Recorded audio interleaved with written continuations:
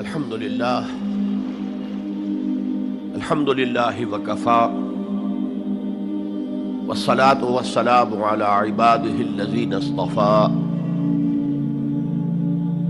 خصوصا على أفضلهم وخاتم النبيين محمد الأمين وعلى آله وصحبه أجمعين.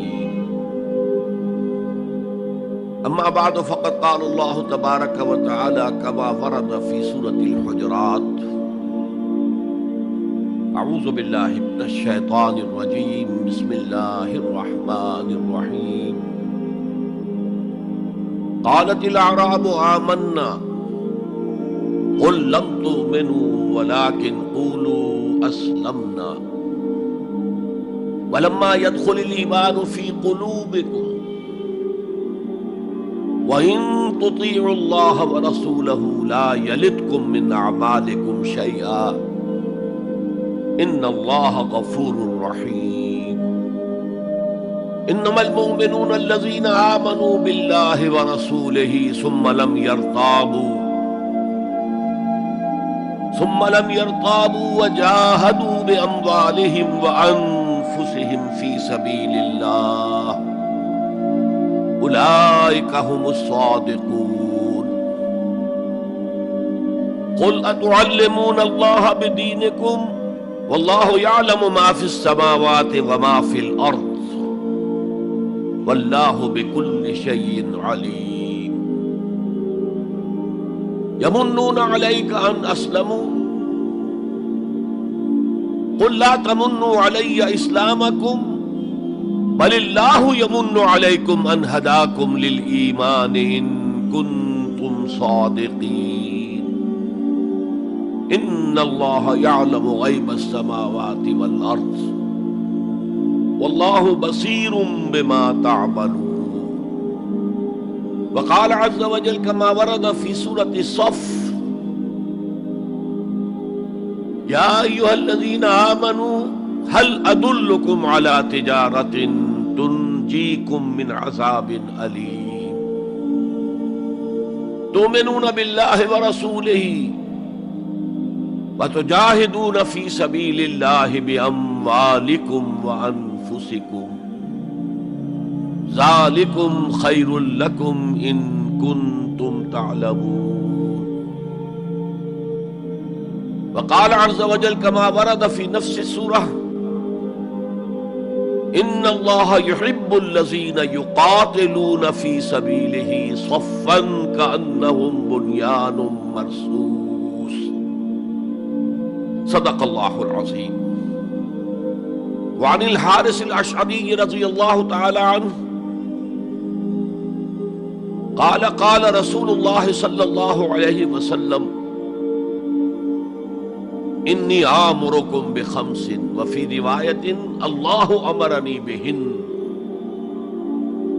بالجماعت والسمع والطاعت والہجرت والجہاد فی سبیل اللہ.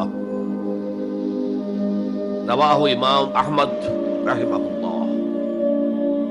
رب اشرح لی صدری ویسر لی امری واحلل عقدۃ من لسانی یفقہوا قولی. اللہم ربنا الہمنا رشدنا واعذنا من شرور انفسنا. اللہم ارنا الحق حقا وارزقنا اتباعہ وارنا الباطل باطلا وارزقنا اجتنابہ. اللہم نور قلوبنا بالایمان واشرح صدورنا للاسلام. اللہم وفقنا ان نجاہد فی سبیلک باموالنا وانفسنا. اللہم ارزقنا شہادۃ فی سبیلک. آمین یا رب العالمین. معزز حاضرین اور محترم خواتین، السلام علیکم ورحمۃ اللہ وبرکاتہ. ہمارا جو آج کا موضوع ہے وہ عنوان ہی سے نظر آ رہا ہے کہ طوالت طلب ہے. ایمان، اسلام اور اللہ کی راہ میں جد و جہد.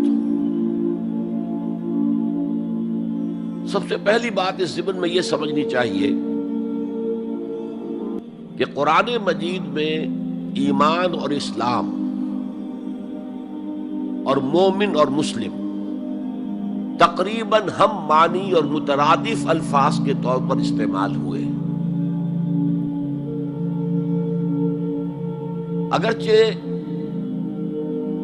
ایمان کا زیادہ تعلق انسان کے باطن سے ہے، اس کے ذہن سے ہے، قلب سے ہے، اور اسلام کا زیادہ تعلق اس کے عمل سے ہے، تاہم جس شخص کے دل میں ایمان ہے اور عمل میں اسلام ہے، اسے آپ مومن کہیں یا مسلم کہیں، کوئی فرق واقع نہیں ہوتا. Call the rose by any name, it will smell as sweet. لیکن یہ کہ اگر دو اصطلاحیں ہیں قرآن کی اور ہمارے دین کی، تو لازماً ان میں کوئی فرق ہے. اور یہ جو آج ہم جس کا مطالعہ کر رہے ہیں، یہ مقام قرآن حکیم کا اہم ترین مقام ہے اس خاص مضمون کے اعتبار سے. یہ وضاحت میں نے اس لیے کر دی کہ خاص مضمون کے اعتبار سے کہ قرآن کا کوئی ایک لفظ بھی غیر اہم نہیں ہے، لیکن مختلف موضوعات کے اعتبار سے مختلف مقامات کو سب سے بڑھ کر اہمیت کا حامل قرار دیا جا سکتا ہے. تو خاص اس موضوع پر، ایمان اور اسلام کے فرق پر، یہ مقام قرآن حکیم کا اہم ترین مقام ہے. قالت الاعراب آمنا، یہ بدو لوگ کہہ رہے ہیں ہم ایمان لے آئے. قل لم تؤمنوا، اے نبی ان سے کہہ دیجئے تم ایمان ہرگز نہیں لائے ہو. شاید بعض حضرات سوچیں یہ ہرگز کا لفظ تم نے کہاں سے ایڈ کر دیا. تو عربی میں فعل ماضی کی نفی کا ایک طریقہ یہ ہے کہ ماضی ہی کے صیغے پر ما کا اضافہ کر دے. ما آمنتم، تم ایمان نہیں لائے ہو. لیکن فعل مضارع سے قبل لم لایا جائے تو یہ ماضی کی نفی ہے انتہائی تاکیدی. لم تؤمنوا، ما آمنتم نہیں کہا، لم تؤمنوا، تم ہرگز ایمان نہیں لائے ہو. ولیکن قولوا اسلمنا، ہاں یوں کہو کہ ہم اسلام لے آئے ہیں، یا ہم نے اطاعت قبول کر لی ہے، ہم نے سرنڈر کر دیا ہے، اسلام کی، اسلامی ریاست کی بالادستی قبول کر لی ہے. ولیکن قولوا اسلمنا، اور اب دیکھیے نہایت تاکیدی نفی پہلے ہو چکی ہے، لم تؤمنوا، پھر مزید تاکید ولما يدخل الایمان فی قلوبکم، ابھی تک ایمان تمہارے دلوں میں ہرگز داخل نہیں ہوا. یہ پھر لما، لم کا اضافہ ہے. یہ مقام ہے جہاں ان دونوں چیزوں کو بالکل علیحدہ کر کے ایک دوسرے کے مقابل میں لے آئے. ثابت ہوا ایمان کچھ اور ہے، اسلام کچھ اور ہے. ذرا نوٹ کر لیجئے کہ قرآن مجید میں یا اسلام کی اصطلاحات میں 3 جوڑے ایسے ہیں کہ جن میں عام اور خاص کی نسبت ہے. ایمان خاص ہے، اسلام عام ہے. یعنی ہر مومن تو لازماً مسلم ہے، ہر مسلم لازماً مومن نہیں ہے. یہی معاملہ نبی اور رسول کا ہے. نبی عام ہے، رسول خاص ہے. ہر رسول تو لازماً نبی ہے، لیکن ہر نبی لازماً رسول نہیں ہے. یہی معاملہ جہاد اور قتال کا ہے. قتال تو لازماً جہاد ہے، لیکن جہاد لازماً قتال نہیں ہے. ان اصطلاحات کے بارے میں بہت خوبصورت بات کہی ہے مفسرین نے. اذا التقیا خالفا، واذا خالفا اجتمعا. جب یہ اصطلاحات سامنے سامنے آتی ہے، ایک دوسرے کے آمنے سامنے، تو ان کے مفہوم میں اختلاف ہو جاتا ہے. لیکن علیحدہ علیحدہ آ رہی ہوں، یہاں پر اکیلی اصطلاح ایمان ہے، یہاں پر اکیلی اصطلاح اسلام ہے، تو ان کے معنی تقریباً ایک ہو جاتے ہیں۔ اور دوسرے یہ کہ یہ اصطلاحات جو ہے جوڑے، یہ ایک دوسرے کی جگہ پر استعمال ہو جاتے ہیں۔ تو ایمان کی جگہ اسلام، اسلام کی جگہ ایمان، یہ استعمال کیے جا سکتے ہیں۔ اور جیسا کہ میں نے شروع میں کہا، یہ دونوں تقریباً قرآن کے عام اسلوب کے اعتبار سے مترادف رحمانی الفاظ ہیں، لیکن یہاں انہیں بالکل علیحدہ کر دیا گیا ہے۔ قالت الاعراب آمنا قل لم تؤمنوا ولكن قولوا اسلمنا ولما يدخل الايمان في قلوبكم۔ اب ذرا پس منظر سمجھیے کہ یہ کون لوگ تھے جن سے یہ کہا جا رہا ہے۔ دیکھیے، آپ کو معلوم ہے کہ ابتدا میں جب کہ حضور ابھی مکہ میں تشریف فرما تھے، تو جس شخص کے دل میں ایمان یقین کے درجے میں آ جاتا تھا، صرف وہی کہتا تھا اشہد ان لا الہ الا اللہ واشہد ان محمد رسول اللہ۔ گویا کہ ایمان پہلے آتا تھا، اسلام بعد میں آتا تھا، اس لیے کہ انہیں معلوم تھا کہ اسلام کے اعلان کا مطلب کیا ہوگا۔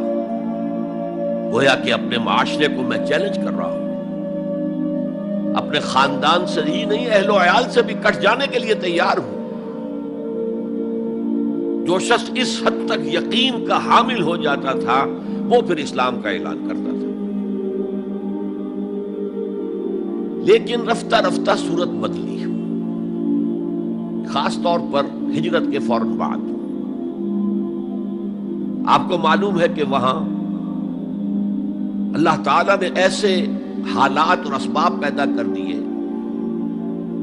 کہ جو دو قبیلے وہاں پر اصل عرب قبیلے آباد تھے، اوس اور خزرج، ان دونوں کے تمام اکابر ایمان لے آئے۔ اور قبائلی زندگی کا معاملہ آپ کو معلوم ہے کہ اگر سرداروں نے ایمان قبول کر لیا تو پھر دونوں قبیلوں نے ایمان قبول کر لیا۔ لیکن یہاں کیفیت اب وہ نہیں تھی۔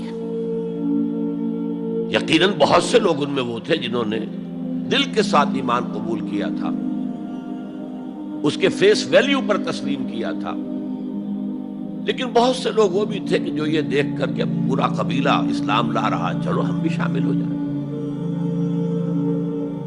یہ صورت تبدیل ہونی شروع ہو گئی، یعنی ان کے حد تک اسلام پہلے آ گیا، پھر رفتہ رفتہ حضور کی معیت میں رہے، حضور کی صحبت حاصل رہی اور اس سے استفادہ کیا، تو ایمان بھی پیدا ہوتا چلا گیا۔ اب یہاں اسلام پہلے آیا، ایمان بعد میں آیا۔ یہی کیفیت ہماری ہے آج۔ ہم مسلمان تو پیدائشی طور پر ہیں، مسلمان والدین کے گھر میں پیدا ہوئے، الا یہ کہ کوئی اور کسی دوسرے مذہب سے تعلق رکھنے والا ایمان قبول کرتا ہے، اسلام قبول کرتا ہے، تو اسے بھی اپنے خاندان سے کٹنا پڑتا ہے، اسے اسی طرح کے حالات سے، چاہے وہ مار پیٹ اور وہ پرسیکیوشن اور وہ تشدد اور وہ ٹارچر نہ ہو جو ہو رہا تھا مکہ مکرمہ میں، لیکن بہرحال کافی کچھ قیمت انسان کو ادا کرنی پڑتی ہے اپنے اسلام کے قبول کرنے کی۔ لیکن ہماری 99,999 فی لاکھ جو اکثریت ہے، وہ تو انہی پر مشتمل ہے جو آباء و اجداد کی وجہ سے due to accident of birth مسلمان ہے۔ تو اسلام تو پیدائشی طور پر مل گیا، پیدا ہوتے ہی داہنے کان میں اذان پڑھی گئی، بائیں میں اقامت کہی گئی۔ بڑا عجیب سا نکتہ ہے، ایک صاحب نے جب بیان کیا تو میں واقعی چونک گیا۔ انسان کی پیدائش کے وقت اذان دی گئی اور اقامت کہی گئی، نماز کوئی نہیں، اور اس کے انتقال کے وقت نماز پڑھی گئی بغیر کسی اذان کے، بغیر کسی اقامت کے۔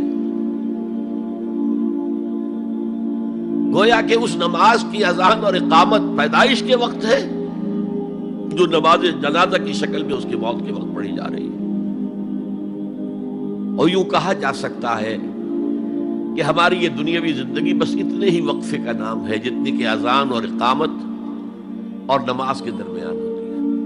بہرحال یہ جو صورتحال کی تبدیلی ہوئی، جس کو میں نے کہا کہ ہمارے ہاں یہ دوسری تبدیلی 100% موجود ہے، یہ تبدیلی اپنے کلائمیکس کو پہنچ گئی جب حضور کو اللہ تعالیٰ نے اتنی کامیابی عطا کی کہ مکہ بھی فتح ہو گیا، تو اگرچہ عرب میں کوئی فارمل گورنمنٹ نہیں تھی، کوئی حکومت فارمل وہاں قائم نہیں تھی، لیکن قریش کا مقام پورے عرب میں ایسے ہی تھا جیسے کہ کسی ملک کا صدر مقام ہوتا ہے۔ مذہبی مرکز وہی تھا، خانہ کعبہ وہاں تھا، تمام قبیلوں کے بت وہاں رکھے ہوئے تھے، قریش اس کے متولی تھے، لہذا قریش کو امتیازی حیثیت حاصل ہو گئی، اور اس کا سب سے بڑا معاشی فائدہ جو انہیں ہوا تھا وہ یہ تھا کہ جبکہ دوسرے کسی قبیلے کا کوئی تجارتی قافلہ بچ کر نہیں جا سکتا تھا، اس پہ لوٹ مار، وہاں قریش کے قافلے کو کوئی ہاتھ نہیں لگاتا تھا، اس لیے کہ ہمارے تو خدا ان کے ہاسٹیجز ہیں، ہمارے بت جو ہے رکھے ہوئے ہیں ان کے پاس خانہ کعبہ کے اندر، اگر ہم ان کے قافلے پر کوئی حملہ کریں گے تو وہ ہمارے بتوں کی گردن توڑ کر یا ایسے اٹھا کر باہر پھینک دیں گے۔ تو بہت بڑا سیاسی اور بہت بڑا معاشی فائدہ قریش کو تھا اس خانہ کعبہ کی وجہ سے، اور اس پر ایک پوری سورت ہے قرآن مجید کی، لإِلاف قریش إِلَافِهِمْ رِحْلَةَ الشِّتَاءِ وَالصَّيْفِ فَلْيَعْبُدُوا رَبَّ هَٰذَا الْبَيْتِ الَّذِي أَطْعَمَهُم مِّن جُوعٍ وَآمَنَهُم مِّن خَوْفٍ۔ اس گھر کی وجہ سے ان کو معاشی فوائد حاصل ہے اور امن حاصل ہے۔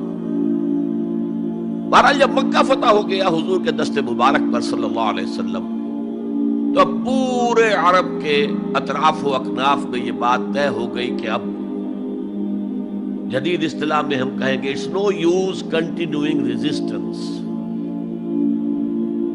اب ہم کیا مخالفت کریں اور کیا اب آپ کا راستہ روکنے کی کوشش کریں، بات ختم ہو گئی جب مکے پر اب حضور کا قبضہ ہے صلی اللہ علیہ وسلم۔ تو اب قبیلوں نے اپنے وفد بھیجنے شروع کیے، فلاں وفد آ رہا ہے ایمان کا اعلان کر رہا ہے، پورا قبیلہ ایمان لے آیا ہے، فلاں قبیلے کا وفد آ رہا ہے ایمان کا اظہار کر رہے ہیں، مسلمان ہو گئے ہیں، پورا عرب مسلمان ہو گئے۔ اب یہ لوگ جو ایمان لا رہے تھے، اور ایمان لانے کا مطلب کیا ہے؟ صرف یہ کہہ دینا اشہد ان لا الہ الا اللہ واشہد ان محمد رسول اللہ صلی اللہ علیہ وسلم، ان کی اندرونی کیفیات تین میں سے کوئی سی ایک ہو سکتی تھی۔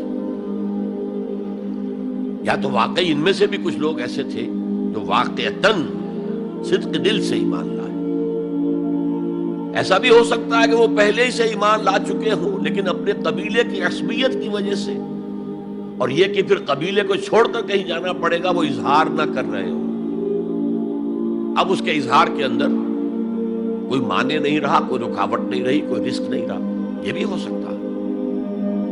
تو ایک ممکن کیفیت تو یہ تھی کہ وہ ایمان لائے ہو حقیقتاً صدق قلب سے، اور ایک ممکن صورت یہ تھی، اور یہ ہر انقلابی عمل میں ہوتا ہے، کہ مخالف انقلاب قوتیں جب یہ سمجھتی ہیں کہ اب ہمارا بس نہیں چلے گا، اب ہم انقلاب کا راستہ نہیں روک سکتے،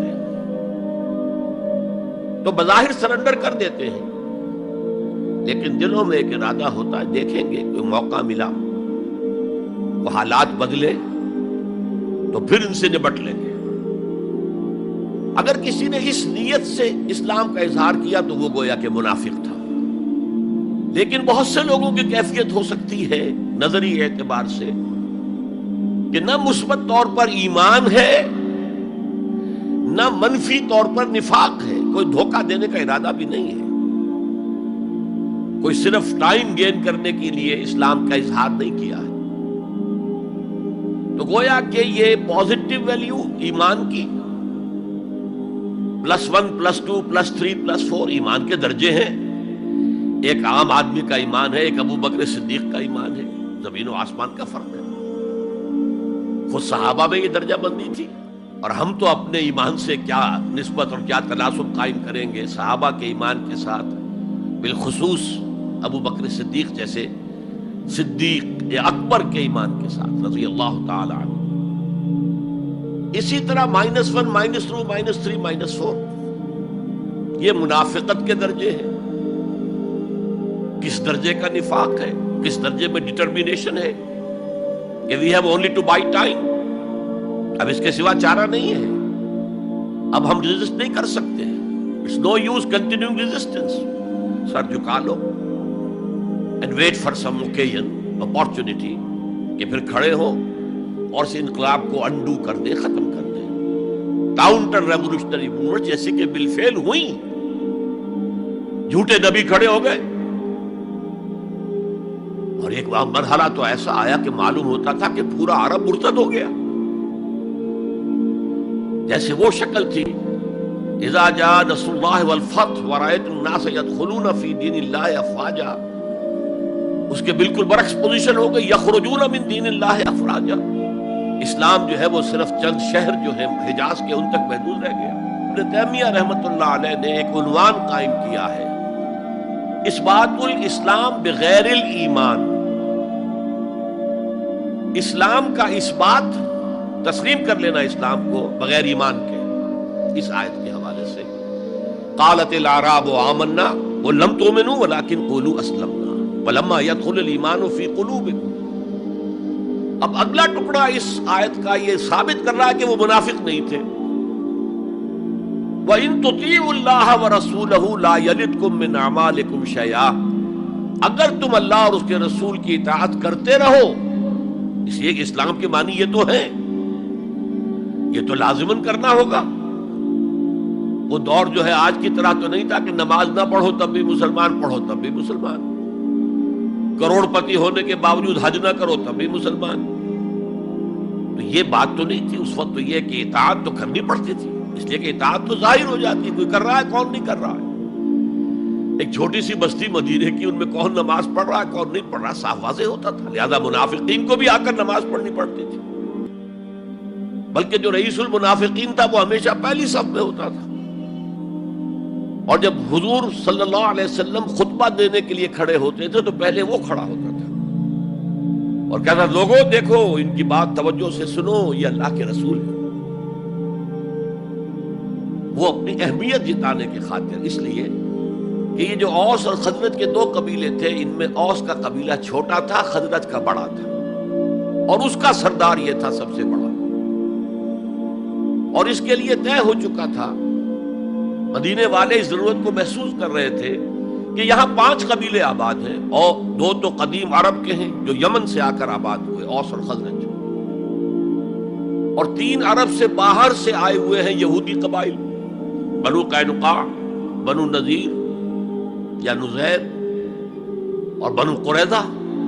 اب 5 قبیلوں کا ایک شہر ہے، ہر قبیلے کا نظام تو اپنی جگہ مستحکم ہے، اس کا ایک سردار ہے اور اس کی بات قبیلے والوں کو ماننی ہے. لیکن ان 5 کے درمیان معاملات جو ہیں، کوئی آربیٹریٹر ہونا چاہیے، کوئی ایک ایسا ہونا چاہیے شخص کہ جس کی بات وہ 5 سنے اور مانے.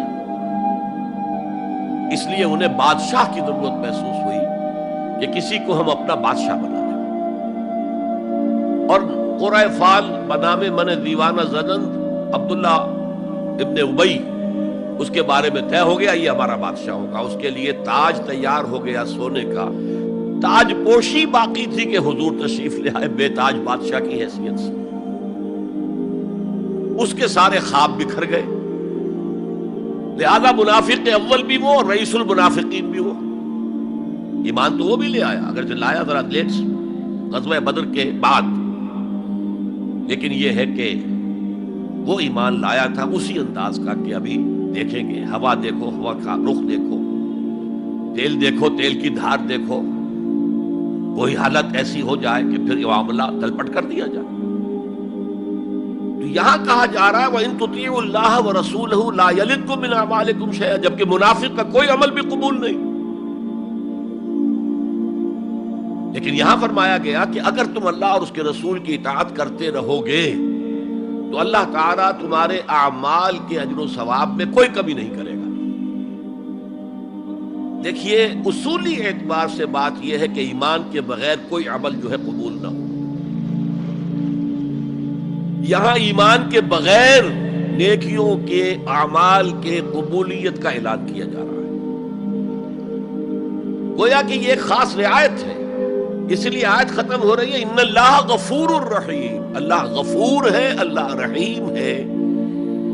یہ اس کے شان غفاری کا صدقہ ہے، یہ اس کی شان رحیمی کا صدقہ ہے کہ اس حال میں بھی تمہارے اعمال اگر تم اطاعت کرتے رہو گے اللہ اور اس کے رسول کی تو اللہ قبول فرما لے گا. البتہ یہاں یہ نوٹ آف کوشن سامنے رہنا چاہیے کہ اطاعت جزوی نہیں، اطاعت کلی، پوری کی پوری اطاعت. 2 حکم بھی دیا گیا، ماننا پڑے گا. جزوی اطاعت اطاعت نہیں ہے. Partial obedience is no obedience.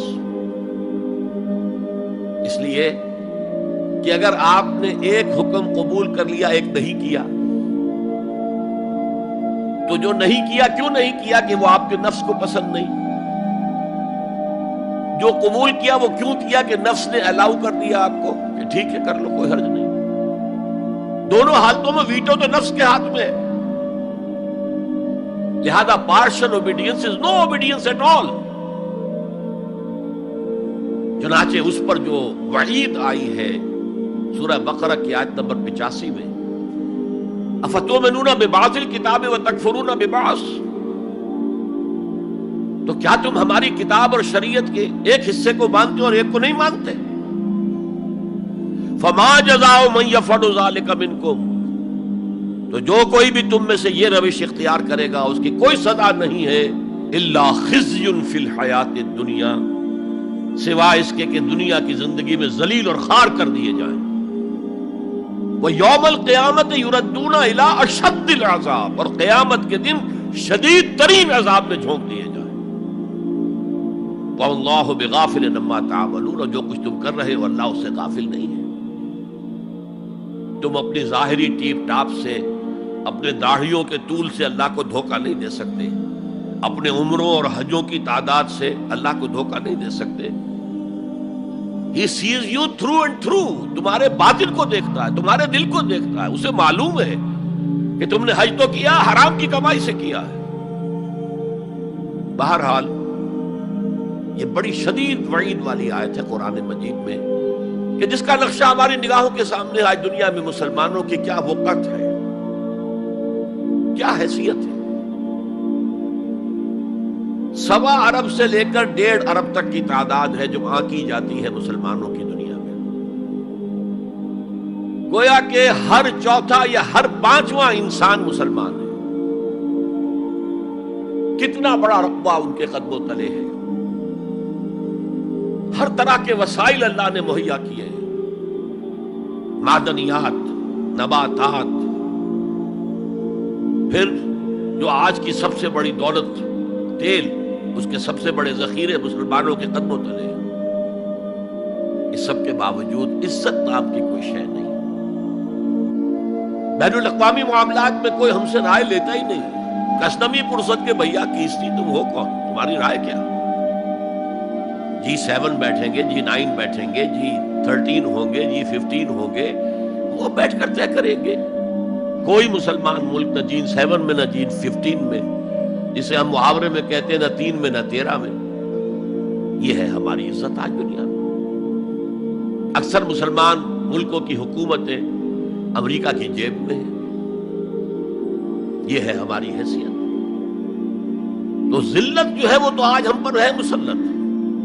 فما جزاء من يفعل ذلك منكم الا خزي في الحیات الدنیا ويوم القیامت. اب یہ قیامت کے دن کی بات جو اللہ فرما رہے ہیں، دعا ہی کی جا سکتی ہے کہ اللہ تعالیٰ اس سے بچا لے، کرم فرمائے، اپنی شان غفاری اور شان رحیمی سے ہمیں اس روز کی ذلت سے اور شدید ترین عذاب میں جھونک دیے جانے کی جو یہاں پر خبر سنائی جا رہی ہے، وعید سنائی جا رہی ہے. اللہ تعالیٰ اسے بچا لے. تو اس آیت کو اب آپ سامنے رکھیے. البتہ ایک بات میں اور آپ سے عرض کر دوں کہ جو کیفیت اس آیت میں سامنے آئی ہے یہ مستقل نہیں رہ سکتی. اگر کوئی شخص واقعتاً چاہے آغاز میں اس کا دل پازیٹیولی ایمان سے خالی تھا، لیکن ساتھ ہی نیگیٹو نفاق سے بھی خالی تھا. کہہ سکتے ہیں زیرو لیول ہے، پلس ویلیوز اور مائنس ویلیوز کے درمیان زیرو آئے گا. تو باطن کے اعتبار سے چاہے وہ زیرو لیول پر تھا، لیکن اگر وہ اطاعت کرتا رہا، نماز پڑھتا رہا، روزہ رکھتا رہا، زکوٰۃ دیتا رہا، حرام چیزوں سے بچتا رہا، فرائض ادا کرتا رہا، تو اس سے لازماً ایمان پیدا ہو جائے گا اس کے دلوں میں.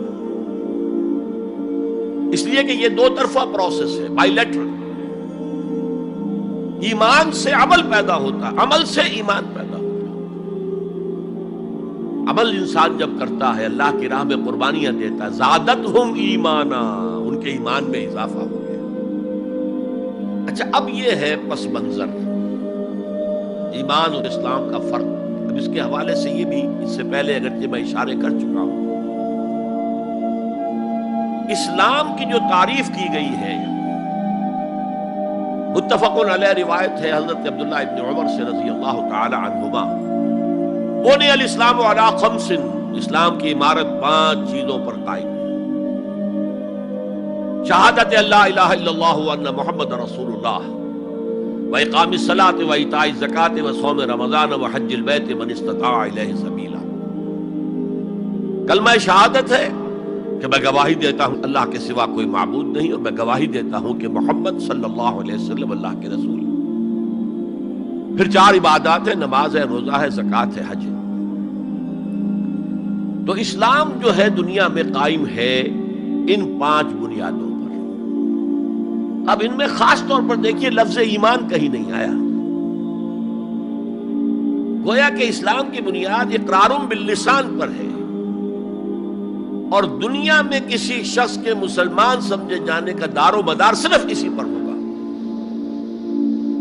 اگرچہ بعض فقہا نے کہا ہے کہ تصدیق بالقلب بھی ہونی چاہیے صاحب، ٹھیک ہے، لیکن ہم ویریفائی تو نہیں کر سکتے نا. دنیا میں تو معاملہ قانون کا ہے، اور قانون تو ویریفائیبل فیکٹس کے اوپر فیصلہ کرے گا. ہم نہ کسی کے ایمان کو ویریفائی کر کے سند دے سکتے کہ ایمان ہے، نہ کسی کے ایمان کی نفی کر سکتے. تو دنیا میں معاملہ سارا اسلام پر ہے. ایک مسلمان اسلامی ریاست کا مکمل شہری ہے، ایک مسلمان معاشرے کا مکمل ایک رکن ہے. اسلام ہی پر سارا نظام ہے اس دنیا میں، لیکن آخرت میں سارا دار و مدار ایمان پر ہے. اس لیے کہ اللہ تو معذور نہیں ہے کہ دلوں کے حال کو نہ جانتا ہو. ان اللہ لا ينظر الى صورکم ولا الى اموالکم ولکن ينظر الى قلوبکم واعمالکم. اللہ تعالیٰ نہ تمہاری صورتوں کو دیکھتا ہے، نہ تمہارے مالوں کو دیکھتا ہے، بلکہ وہ تو دیکھتا ہے تمہارے دلوں کو اور تمہارے اعمال کو. امام بخاری رحمت اللہ علیہ کا موقف کہ ایمان میں عمل بھی شامل ہے انٹیگرل پارٹ کی حیثیت سے، یہ حقیقی ایمان کے اعتبار سے 100% درست ہے. دل میں یقین ہوگا تو کیسے عمل اس کے خلاف ہو جائے گا. لیکن لیگل اور کانسٹیٹیوشنل لیول پر جسے ہم اسلام کہیں گے، عمل علیحدہ ہے، ایمان علیحدہ ہے. اور ایمان حقیقی گھٹتا بھی ہے، بڑھتا بھی ہے. زادتہم ایمانا وما زادہم الا ایمانا وتسلیما، سورہ احزاب میں فرمایا کہ وہ جو 12,000 کا لشکر آ گیا تھا اور ایک شدید صورت پیدا ہو گئی تھی، اور محسوس ہوتا تھا perhaps this is the end، جیسے کہ ایک چراغ جل رہا ہے میدان میں رکھا ہوا اور جھکڑ چل رہا ہے بجھانے کے لیے. تو منافقین کا نفاق ان کی زبانوں پر آ گیا. ما وعدنا اللہ ورسولہ الا غرورا، ہم سے اللہ اور اس کے رسول نے جو وعدے کیے تھے وہ سب جھوٹے ثابت ہوئے. ہم سے کہا گیا تھا کیسر و کسریٰ کے خزانے تمہارے قدموں میں ہوں گے، اور آج کیا ہے، ہم رفع حاجت کے لیے باہر نہیں جا سکتے. تو منافقین کے اندر کا روگ جو تھا وہ ان کی زبانوں پر آ گیا. اور اہل ایمان کا معاملہ کیا ہوا؟ انہوں نے جب دیکھا لما راول احزاب قالوا ھذا ما وعدنا اللہ ورسولہ، انہوں نے کہا یہی تو ہے جس کا ہم سے اللہ اور اس کے رسول نے وعدہ کیا تھا. یہ آیت تو سورہ بقرہ میں نازل ہو چکی تھی. وَلَنَبْلُوَنَّكُمْ بِشَيْءٍ مِّنَ الْخَوْفِ وَالْجُوعِ وَنَقْصٍ مِّنَ الْأَمْوَالِ وَالْأَنفُسِ وَالثَّمَرَاتِ وَبَشِّرِ الصَّابِرِينَ۔ ہم لازماً آزمائیں گے تمہیں، لازماً آزمائیں گے، خوف سے، بھوک سے، فقر و فاقے سے، جان اور مال اور ثمرات کے ضیاع سے اور زیاں سے۔ فصل تیار کھڑی ہے اور عین وقت آ گیا ہے جنگ کا، اور وقت پر فصل کھجور کی اتاری نہ گئی تو تباہ ہو جائے گی، لیکن نہیں، نکلنا ہے۔ یہی معاملہ تھا جو کہ تبوک کے موقع پر ہوا ہے۔ قحط کی کیفیت تھی اور اب فصل تیار تھی، اب ساری امیدیں اس فصل پر تھی، کھجور کی، لیکن ظاہر ہے کہ کھجور کی فصل اتارنا کوئی عام خواتین کا کام تو نہیں ہے، لیکن مردوں سے کہا جا رہا نکلو اللہ کی راہ میں، سب کے سب۔ پہلی مرتبہ لفیر عام تھی، ہر صاحب ایمان نکلے، تو ایک بہت بڑی آزمائش۔ تو جو راسخ الایمان تھے، صادق الایمان تھے، ان کا رد عمل سچویشن ایک ہی ہے۔ منافقین کہہ رہے ہیں ما وعدنا اللہ ورسولہ الا غرورا، ہمیں تو اللہ اور اس کے رسول نے سبز باغ دکھا کر بروا دیا، اور اہل ایمان کہہ رہے ہیں ھذا ما وعدنا اللہ ورسولہ وصدق اللہ ورسولہ وما زادہم الا ایمانا وتسلیما، اور ان میں نہیں کوئی شے بڑی مگر ایمان اور تسلیم کے۔ جبکہ وہ جو ایک کانسٹیٹیوشنل ایمان ہے وہ ایک جامد شے ہے، it's a legal status that you get as a Muslim, تو یہ اسٹیٹس نہ گھٹتا ہے نہ بڑھتا ہے۔ یہ نہیں ہو سکتا کہ ایک باپ کے اگر دو بیٹے ہیں اور ایک متقی ہے، زاہد ہے، عابد ہے، تہجد گزار ہے، دوسرا فاسق و فاجر ہے، تو وراثت میں اس تہجد گزار کو زیادہ حصہ ملے اور دوسرے کو جو ہے وہ کم ملے، نہیں، ایکول۔ المسلم کفو لکل مسلم، تمام مسلمان آپس میں جہاں تک ان کے لیگل اور پولیٹیکل حقوق کا تعلق ہے برابر۔ تو یہ فرق ہے ایمان اور اسلام میں۔ البتہ یہ میں آپ کو بتا چکا ہوں کہ یہ بھی ہو سکتا ہے کہ اسلام پہلے آئے، ایمان بعد میں آئے۔ ہم میں سے جب بھی اللہ تعالیٰ کسی کو نصیب فرما دے حقیقی ایمان، یقین والا ایمان، جیسے میں نے دعا کی اللہم نور قلوبنا بالایمان، اے اللہ ہمارے دلوں کو منور کر دے، روشن کر دے ایمان کے ساتھ، نور ایمان سے جگمگا اٹھے ہمارا دل، واشرح صدورنا للاسلام، اور ہمارے سینوں کو کھول دے اسلام کے لیے، اسلام کی ہر شے ہمیں حسین نظر آئے۔ حضور صلی اللہ علیہ وسلم کی حیات طیبہ کے آخری ایام میں یہ واقعہ پیش آیا کہ حضور مسجد نبوی میں تشریف فرمائے، مجمع موجود ہے، اچانک ایک شخص ظاہر ہوتا، شدید و بیاض الثیاب،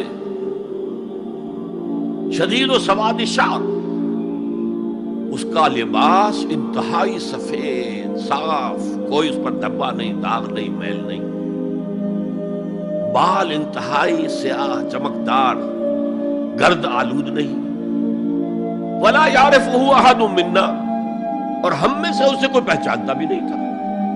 کسی بھی ریت سے، خاک سے بالکل آلودہ ہوئے بغیر بال ہیں، تو شاید یہ مدینے کا رہنے والا ہو، تو مدینے والوں میں سے کوئی تو ہوتا کہ جو اس کو جانتا پہچانتا، کوئی نہ کوئی تو گریٹ کرتا اس کو مجمع میں، آؤ آؤ ادھر آ جاؤ، میرے پاس آ جاؤ، کوئی نہیں۔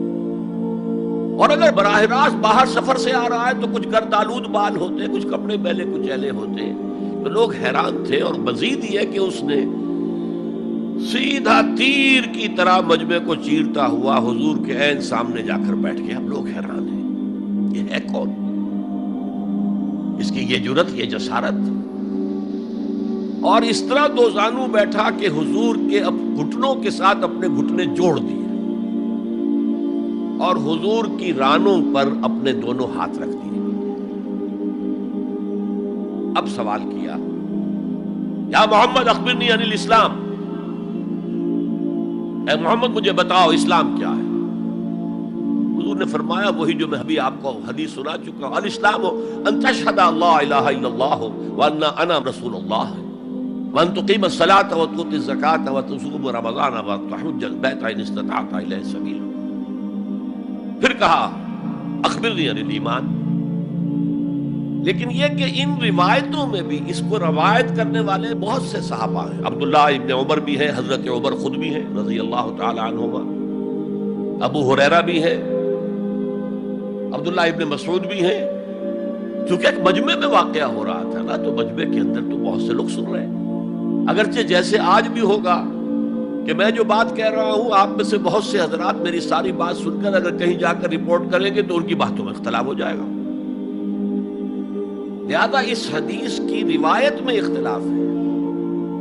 بعض روایت تو یہ ہے کہ پہلے پوچھا اخبرنی عن الایمان، پھر پوچھا اخبرنی عن الاحسان یا عن الاسلام.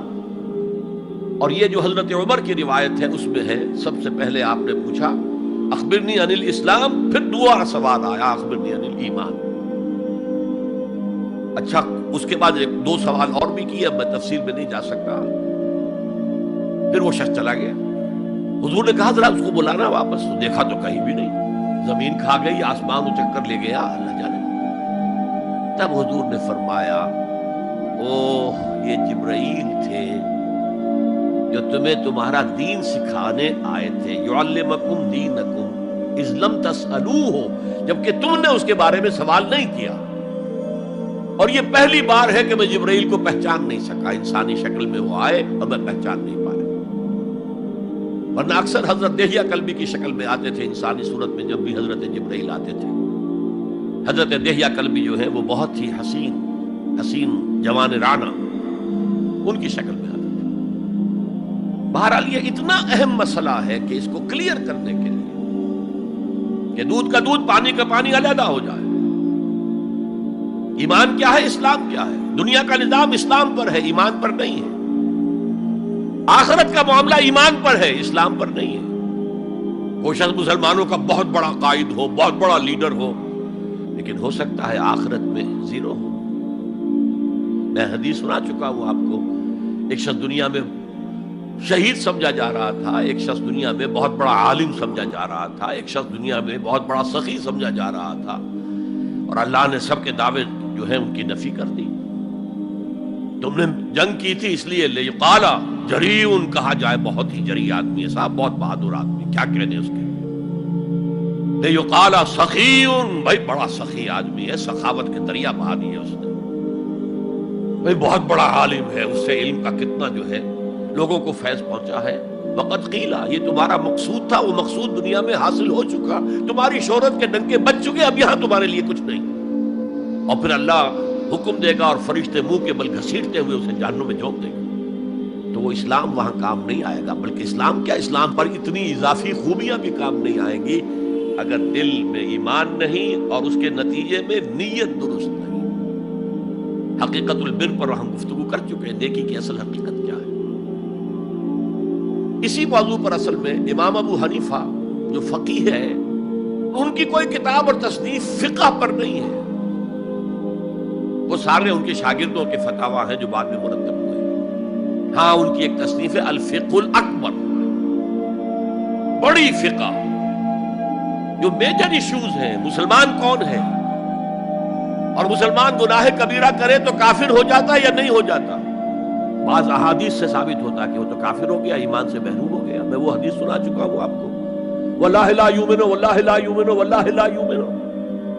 خدا کی قسم وہ شخص مومن نہیں، خدا کی قسم وہ شخص مومن نہیں، خدا کی قسم وہ شخص مومن نہیں. صحابہ لرز گئے، کانپ گئے. قیل من یا رسول اللہ، حضور کس کے بارے میں ارشاد فرما رہے ہیں؟ فرمایا الذی لا یامن جارہ بوائقہ، وہ شخص کہ جس کی ایذا رسانی کی وجہ سے اس کا پڑوسی چین میں نہیں ہے، امن میں نہیں، سکون میں نہیں. تو بظاہر تو نتیجہ نکلا کہ ایمان کی اتنی نفی ہو رہی تو کافر ہے. اور یہی سب سے بڑی غلطی جو سب سے پہلا فرقہ پیدا ہوا اسلام میں، وہ تو اسی بنیاد پر ہوا تھا. خوارج کا موقف یہی تھا، گناہ کبیرہ کا مرتکب کافر ہے، اور کافر ہے تو گویا کہ مرتد ہے، اور مرتد ہے تو واجب القتل ہے.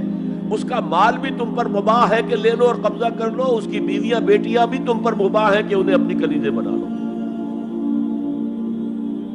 حالانکہ بڑے متقی لوگ تھے خوارج. حضرت علی کو بہرحال ان سے جنگ کرنی پڑی. 4000 خوارج جو ہیں جنگ نہروان کے اندر قتل ہوئے، اور پھر خوارج کی تکفیر پر امت کا اجماع ہوا کہ وہ دائرہ اسلام سے خود خارج ہو گئے.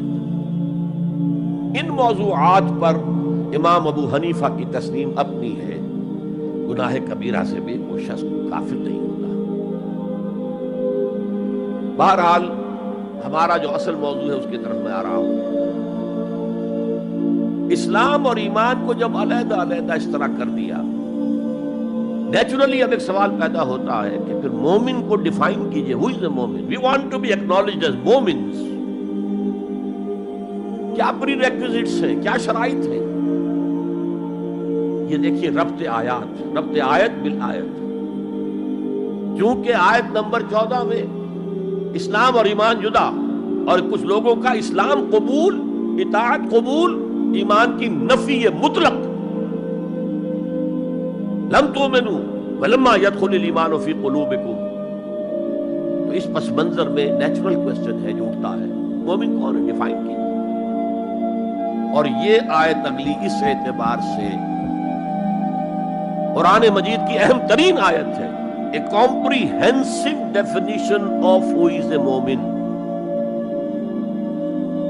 جس کو اصطلاح میں کہا جاتا ہے جامع و مانع تعریف۔ جامع اور مانع تعریف، کسی چیز کو ڈیفائن کریں اس طریقے سے کہ کوئی شے جو اس کے باہر ہے وہ اس میں داخل نہ ہو جائے، اور کوئی شے جو اس کا جز ہے باہر نہ رہ جائے۔ جامع بھی ہو، اس کے تمام اجزاء اس میں آ جائیں، اور مانع ہو کہ کوئی شے جو اس سے مناسبت نہ رکھتی ہو اس میں شامل نہ ہو سکے۔ جامع و مانع تعریف مومن کی وہ اس آیت میں، آیت نمبر 15۔ انما المؤمنون الذين آمنوا بالله ورسوله ثم لم يرتابوا۔ اب یہاں بھی وہ اسلوب حصر ہے، انما، اور حصر کا مفہوم میں کئی دفعہ سمجھا چکا ہوں کہ آپ کہیں کہ زید عالم ہے، اس سے دوسروں کے علم کی نفی نہیں ہوئی، اور بھی ہو سکتے ہیں۔ زید ہی عالم ہے تو دوسروں کی نفی ہو گئی کہ اس مجمع میں صرف ایک عالم ہے اور وہ زید ہے، باقی کوئی عالم نہیں۔ اسے حصر کہتے ہیں۔ تو میں نے چونکہ کہا ہے کہ most comprehensive definition of who is a مومن، اس کا آغاز بھی حصر سے ہے، اس کا اختتام بھی حصر پر ہے۔ انما کلمہ حصر ہے، اور آخر میں اولئک ھم الصادقون، وہ بھی اسلوب حصر ہے۔ انما المؤمنون الذين آمنوا بالله ورسوله ثم لم يرتابوا۔ مومن تو صرف وہ ہے جو ایمان لائے اللہ پر اور اس کے رسول پر، پھر شک میں ہرگز نہیں پڑے۔ یہ پھر لم آ گیا، یہاں مرتابو نہیں آیا، لم یرتابو، ہرگز شک میں نہیں پڑے۔ یہ واحد مقام قرآن کا جہاں پر کہ یہ لفظ اضافی طور پر آیا ہے ایمان کے بعد، ثم لم یرتابو۔ یرتابو بنا ریب سے، شک۔ الف لام میم ذالک الکتاب لا ریب فیہ، ارتابا یرتابو، شک میں پڑ جانا۔ ثم لم یرتابو، پھر شک میں ہرگز نہیں پڑے، ان کا دل ایمان پر یقین کے ساتھ معمور ہو گیا۔ چنانچہ پازیٹیو انداز میں یہی شان بیان ہوئی ہے صحابہ کی اکثریت کی۔ اسی سورہ حجرات میں فرمایا گیا صحابہ کرام سے، وَلَٰكِنَّ اللَّهَ حَبَّبَ إِلَيْكُمُ الْإِيمَانَ وَزَيَّنَهُ فِي قُلُوبِكُمْ۔ اللہ نے تو تمہارے نزدیک ایمان کو محبوب بنا دیا ہے اور تمہارے دلوں میں کھبا دیا ہے، مزین کر دیا تمہارے دلوں کو ایمان سے، منور کر دیا تمہارے دلوں کو ایمان سے۔ تو یہاں فرمایا انما المؤمنون الذین آمنوا باللہ ورسولہ ثم لم یرتابوا، اضافی شرط۔ وجاہدوا باموالہم وانفسہم فی سبیل اللہ، اور جہاد کیا انہوں نے اپنے مالوں کے ساتھ اور جانوں کے ساتھ اللہ کی راہ میں، یہ دوسری شرط لازم۔ گویا جہاد کے بغیر کوئی ایمان نہیں۔ یہ جامع و مانع تعریف ہے۔ اولئک ھم الصادقون، صرف یہ لوگ سچے ہیں۔ یہ اگر دعویٰ کریں آمنا تو ٹھیک ہے، ان کا دعویٰ صحیح ہے، درست ہے، لیکن یہ دو پری ریکوزٹس پورے کرنے ہوں گے۔ اب اس کو میں سمجھانے کے لیے کہا کرتا ہوں کہ دیکھیے یہ 5 ارکان تو اسلام کے ہو گئے، کلمہ شہادت، نماز، روزہ، حج، زکوٰۃ۔ اس میں جب حقیقی ایمان دلوں میں اتر جائے گا تو ایک تو رکن یہاں اضافی ہو جائے گا، یقین قلب، صرف گواہی نہیں، صرف وربل اٹیسٹیشن نہیں، یقین قلب بھی۔ اور دوسرا عمل میں آ جائے گا جہاد فی سبیل اللہ۔ وہ پانچوں ارکان قائم رہیں گے. اسلام عام ہے، ایمان خاص ہے، تو اسلام کے 5 ارکان جو ہیں موجود وہ تو شامل رہیں گے. اگرچہ ظاہر بات ہے جب دل میں یقین پیدا ہو جائے گا تو اب نماز کی شان کچھ اور ہوگی. ایک ہے چھدا اتارا جا رہا ہے، بس نماز ایک فقہی جو ہے وہ ہم نے ادا کر دی ہے، جس کو کہا گیا ہے کہ جیسے مرغا ٹھونگے مارتا ہے ایسے سجدے کیے ہیں اور گئے. ایک نماز وہ ہوگی جسے حضور نے کہا الصلاۃ معراج المومنین. تو ایمان حقیقی کے ساتھ نماز کی شان کچھ اور ہوگی، اور ایک اس رسمی سے اسلام کے ساتھ نماز کی شان کچھ اور ہوگی. لیکن وہ 5 ارکان قائم رہیں گے، 2 کا اضافہ ہو جائے گا. شہادت کے بعد اس کے ساتھ یقین قلبی، اور ان 4 عبادات کے ساتھ جہاد فی سبیل اللہ. یہ جو رے آف لائٹ کا جو اسپیکٹرم بنتا ہے اسے پرزم میں سے جب گزارے تو 7 روشنیاں نظر آتی ہیں. وہ تو نظر آتی ہے، 2 اور بھی ہیں جو نظر نہیں آتی. Ultraviolet, infrared. یہ الٹرا وائلٹ ہے اور یہ انفرا ریڈ ہے جہاد والی، جس میں جانیں دینی پڑتی ہے، خون کا معاملہ بھی آتا ہے. یہ گویا کہ حقیقی ایمان کے 7 ارکان ہو جائیں گے، 5 جمع 2. تب وہ شخص مومن کہلانے کا مستحق ہوگا. قُلْ أَتُعَلِّمُونَ اللَّهَ بِدِينِكُمْ. اے نبی ان سے کہیے تم اللہ کو بتانا چاہتے ہو، جتلانا چاہتے ہو اپنا دین. میں چونکہ ہریانہ میں پیدا ہوا تھا، حصار میں، تو وہاں کی جو مقامی بولی تھی اس کی کچھ چیزیں یاد ہیں. تھوتھا چنا باجے گھنا. جو چنا اندر سے خالی ہو گیا، کیڑا کھا چکا ہے، اس کے اندر آواز زیادہ ہو جاتی ہے. خالی برتن زیادہ آواز دیتا ہے، برتن بھرا ہوا ہے تو ظاہر بات ہے ڈل ہو جائے گی. تو وہاں تھوتھا چنا، کھوکھلا چنا، باجے گھنا، اس کی آواز جو ہے زیادہ آتی ہے. تو جن کے دلوں میں وہ ایمان نہیں تھا وہ بڑھ چڑھ کر کے ہم دیکھیے جی ہم تو اسلام لے آئے، ہم تو بغیر لڑے بھڑے اسلام لے آئے. حضور ہمارے ساتھ تو خصوصی معاملہ ہونا چاہیے، ہمیں زکوٰۃ میں سے خصوصی حصہ ملنا چاہیے. یہ جو وہ جتلاتے تھے اپنے دین کو، تو فرمایا قُلْ أَتُعَلِّمُونَ اللَّهَ بِدِينِكُمْ. کیا اللہ کو اپنا دین جتلا رہے ہو؟ وَاللَّهُ يَعْلَمُ مَا فِي السَّمَاوَاتِ وَمَا فِي الْأَرْضِ. اللہ کو تو معلوم ہے جو کچھ آسمانوں میں ہے اور جو کچھ زمین میں ہے. وَاللَّهُ بِكُلِّ شَيْءٍ عَلِيمٌ. اللہ تو ہر چیز کا جاننے والا ہے. اگر حقیقی ایمان تمہارے دلوں میں تو اللہ کو معلوم ہے، اور جیسا ایمان تم لائے ہو اللہ جانتا ہے اس کو. آیا واقعی صدق دل کے ساتھ ہے، یا نفاق کے اور دھوکے کے ساتھ ہے، یا یہ کہ خالی اسلام ہے، 0 لیول ہے. یمنون علیک ان اسلموا. اے نبی یہ آپ پر احسان دھر رہے ہیں کہ ہم اسلام لے آئے. دیکھیے جی ہم نے تو اطاعت قبول کر لی، آپ نے قریش سے تو اتنی جنگیں کی ہیں، فلاں سے تو اتنی جنگیں کی ہیں، آپ کے ساتھ ہی اتنے شہید بھی ہوئے، ہم نے تو جنگ نہیں کی، ہم ایسے ہی مان لے آئے ہیں. تو گویا کہ احسان ہے ہمارا. یمنون علیک، مننا یمنو احسان دھرنا. یمنون علیک ان اسلموا قل لا تمنوا علی اسلامکم. کہہ دیجئے مجھ پر اپنے اسلام کا احسان مت دھرو. بل اللہ یمن علیکم ان ہداکم للایمان. بلکہ اللہ تم پر احسان دھرتا ہے کہ تمہیں اسلام کا راستہ دکھا دیا ہے. تم اسلام میں آ گئے ہو تو ایمان کا راستہ تمہیں دکھا دیا ہے. اب عمل کرتے رہو گے تو ایمان پیدا ہو جائے گا.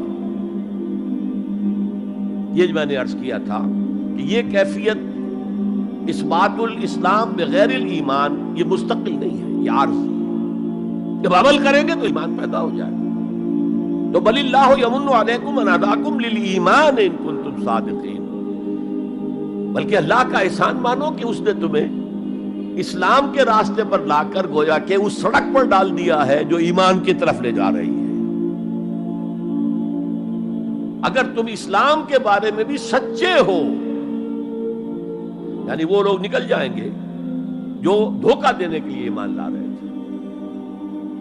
ان اللہ یعلم غیب السماوات والارض. یقیناً اللہ جانتا ہے ہر پوشیدہ چیز کو جو آسمانوں کی ہے اور زمین کی ہے.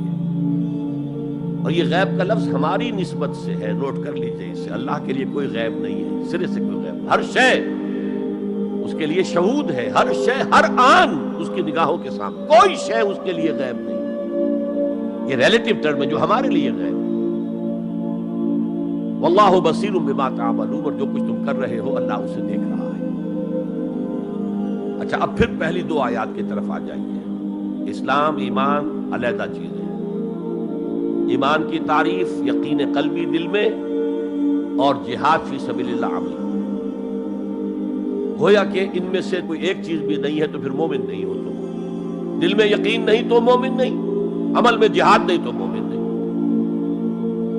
اب اسی کو دوسرے مقام سے جو میں نے آیات پڑھی تھی، سورہ صف کی آیت نمبر 10-11، یا ایھا الذین آمنوا هل ادلکم علی تجارۃ تنجیکم من عذاب علیم، اہل ایمان کیا میں تمہاری رہنمائی کروں اس تجارت کی جانب جو تمہیں جہنم کے عذاب سے بچا دے، نجات دے دے۔ سوالیہ انداز، یہ قرآن کا بھی انداز ہے، حضور کا بھی انداز تھا۔ پہلے سوال کیا جائے تاکہ اذہان سوچنے کی طرف آمادہ ہو جائے، تیار ہو جائیں جب آگے کیا بات آ رہی ہے۔ حضور بھی سوال کیا کرتے تھے، اتدرون من المفلس، تم جانتے ہو مفلس کسے کہتے ہیں؟ اکثر و بیشتر صحابہ کا جواب ہوتا تھا اللہ ورسولہ عالم، اللہ اور اس کا رسول بہتر جانتے ہیں۔ پھر حضور دوبارہ پوچھتے تھے تو اپنی اپنی سمجھ کے مطابق جواب دیتے تھے۔ المفلس عندنا ما لا درہم لہ ولا دینارا، حضور ہم مسلم اسی کو سمجھتے ہیں جس کے پاس نہ درہم ہے نہ دینار ہے۔ فرمایا نہیں، میری امت کا مفلس وہ ہوگا جو قیامت میں حاضر ہوگا تو نمازوں کی بھی بہت بڑی گٹھری لے کر آئے گا، روزے بھی ہوں گے، عمرے بھی ہوں گے، حج بھی ہوں گے، نیکیوں کی بہت بڑی بڑی گانٹھیں ساتھ ہوں گی، لیکن حقوق العباد میں اس نے کوتاہی کی ہوگی۔ قد اکل مال ھذا، اس شخص کا مال ہڑپ کر لیا ہوگا غلط طریقے سے، بہنوں کا حصہ وراثت میں کھا لیا ہوگا، کسی پر تہمت لگائی ہوگی، کسی کی غیبت کی ہوگی، اور وہ سارے دعوے دار جمع ہو جائے، اللہ اس شخص نے میرے ساتھ یہ کیا، اللہ اس شخص نے میرے ساتھ یہ کیا، تو اس کی نیکیاں سب دے دی جائیں گی۔ اچھا بھائی، وہاں کوئی اور کرنسی تو ہے نہیں کہ اتنے ہزار جرمانہ یا اتنا لاکھ جرمانہ، اچھا تم اس کی نمازیں لے جاؤ، تم اس کے روزے لے جاؤ، تم اس کے حج اور عمرے لے جاؤ، خالی ہو گیا، اور دعوے دار اب بھی باقی ہیں، تو ان کے گناہ اب ان کے حساب میں پڑنے شروع ہوں گے، اور وہ ان کے گناہوں کے بوجھ تلے دب کر جہنم میں جھونک دیا جائے۔ یہ مفلس ہے، یہ انداز تھا، یہ قرآن کا بھی انداز ہے اور یہی حضور کا انداز تھا۔ یا ایھا الذین آمنوا هل ادلکم علی تجارۃ تنجیکم من عذاب علیم، اے ایمان والو، اے ایمان کے دعوے دارو، یا اے وہ لوگوں جو ایمان قانونی حاصل کر چکے ہو، یا اے وہ مسلمانوں جن کی رسائی ابھی تک حقیقی ایمان تک نہیں ہوئی، یا ایھا الذین آمنوا هل ادلکم علی تجارۃ تنجیکم من عذاب علیم، کیا میں بتاؤں تمہیں وہ تجارت، وہ کاروبار جس کا نفع کیا ہوگا کہ جہنم سے چھٹکارا پا جاؤ۔ اب یہاں ایک منٹ رک کر توقف کر کے نظم کلام کے اعتبار سے ایک نتیجہ سامنے لے آئیے، اگر وہ تجارت نہیں کرو گے تو جہنم سے نجات کی امید یہ تمہاری وشفل تھنکنگ ہے، تمہاری آرزویں ہیں، دل کا امانیہم، یہ ان کی خواہشات ہیں جنہوں نے عقیدوں کی شکل اختیار کر لی ہے۔ اللہ کا کلام ہے یہ، اس میں کوئی شے جو ہے محض شاعرانہ لفاظی کے لیے یا شاعرانہ مبالغے کے لیے تو نہیں ہے نا۔ گنجینہ معنی کا طلسم اس کو سمجھیو جو لفظ کے غالب میرے اشعار میں آوے، تو قرآن میں جو لفظ آ رہا ہے وہ ہر لفظ اپنی جگہ پر معنی کا خزانہ ہے۔ هل ادلکم علی تجارۃ تنجیکم من عذاب علیم، اب جواب سنیے، تؤمنون باللہ ورسولہ، ایمان لاؤ اللہ پر اور اس کے رسول پر جیسا کہ ایمان لانے کا حق ہے۔ بات وہی ہو گئی نا، وہ پہلا تمہارا قانونی ایمان تھا، اصل ایمان کچھ اور ہے۔ اسی کو سورہ نساء میں فرمایا، یا ایھا الذین آمنوا آمنوا باللہ ورسولہ والکتاب الذی نزل علی رسولہ والکتاب الذی انزل من قبل، اے ایمان کے دعوے دارو ایمان لاؤ جیسا کہ ایمان لانے کا حق ہے، اللہ پر بھی اور اس کے رسول پر بھی، اور اس کتاب پر بھی جو اپنے رسول پر اس نے نازل فرمائی، اور اس کتاب پر بھی جو پہلے نازل کی تھی۔ تؤمنون باللہ ورسولہ وتجاہدون فی سبیل اللہ باموالکم وانفسکم، بالکل وہی آیت نمبر 15 بن گئی کہ نہیں سورہ حجرات کی؟ ایمان لاؤ اللہ پر، اس کے رسول پر، یا ایمان رکھو اللہ پر اس کے رسول پر جیسے کہ ایمان کا حق ہے، اور جہاد کرو اللہ کی راہ میں اپنی جانوں اور مالوں کے ساتھ۔ تؤمنون باللہ ورسولہ وتجاہدون فی سبیل اللہ باموالکم وانفسکم ذالکم خیر لکم ان کنتم تعلمون۔ یہی تمہارے حق میں بہتر ہے اگر تم سمجھو، اگرچہ بظاہر تو گھاٹے کا سودا ہے دنیاوی اعتبار سے، اللہ کی راہ میں جہاد کرنا جان کا اندیشہ، قتال کے لیے نکلنا جان کا، جو اگر بچ کے آ گئے تو ایک نئی زندگی سمجھیے، ورنہ انسان میدان جنگ میں جاتا ہے تو جان ہتھیلی پر رکھ کر جاتا ہے۔ مال مانگا جا رہا ہے اللہ کی راہ میں، مال دے کر دنیا میں تو بہرحال دولت کی کمی کا احساس ہوتا ہے، اگرچہ تمہیں گھاٹے کا سودا نظر آتا ہے، حقیقت میں یہی نفع کا سودا ہے اگر تمہارے پاس علم حقیقی ہے۔ اب ان دو مقامات سے جو نتیجہ میں نے نکالا، there can be no iman without jihad fi sabilillah. There can be no salvation on the day of judgment without jihad fi sabilillah. کس قدر اہم ہے جہاد فی سبیل اللہ کو اب سمجھنا، اس کے تقاضوں کو جاننا، اس کی شرائط کا فہم حاصل کرنا۔ اس ضمن میں جو دنیا میں آج غلط فہمیاں پھیلی ہوئی ہیں اور زبردستی پھیلائی بھی جا رہی ہیں جان بوجھ کر، اس کا اصل سبب ہم خود ہیں۔ ہماری بہت بڑی غلطی ہوئی کہ ہم نے جہاد اور قتال کو ہم مانی قرار دے دیا۔ یہ بھی جوڑا وہی ہے، عام اور خاص، لیکن جہاد اور قتال یہ ہم مانی نہیں ہے، سینونیمس نہیں ہے۔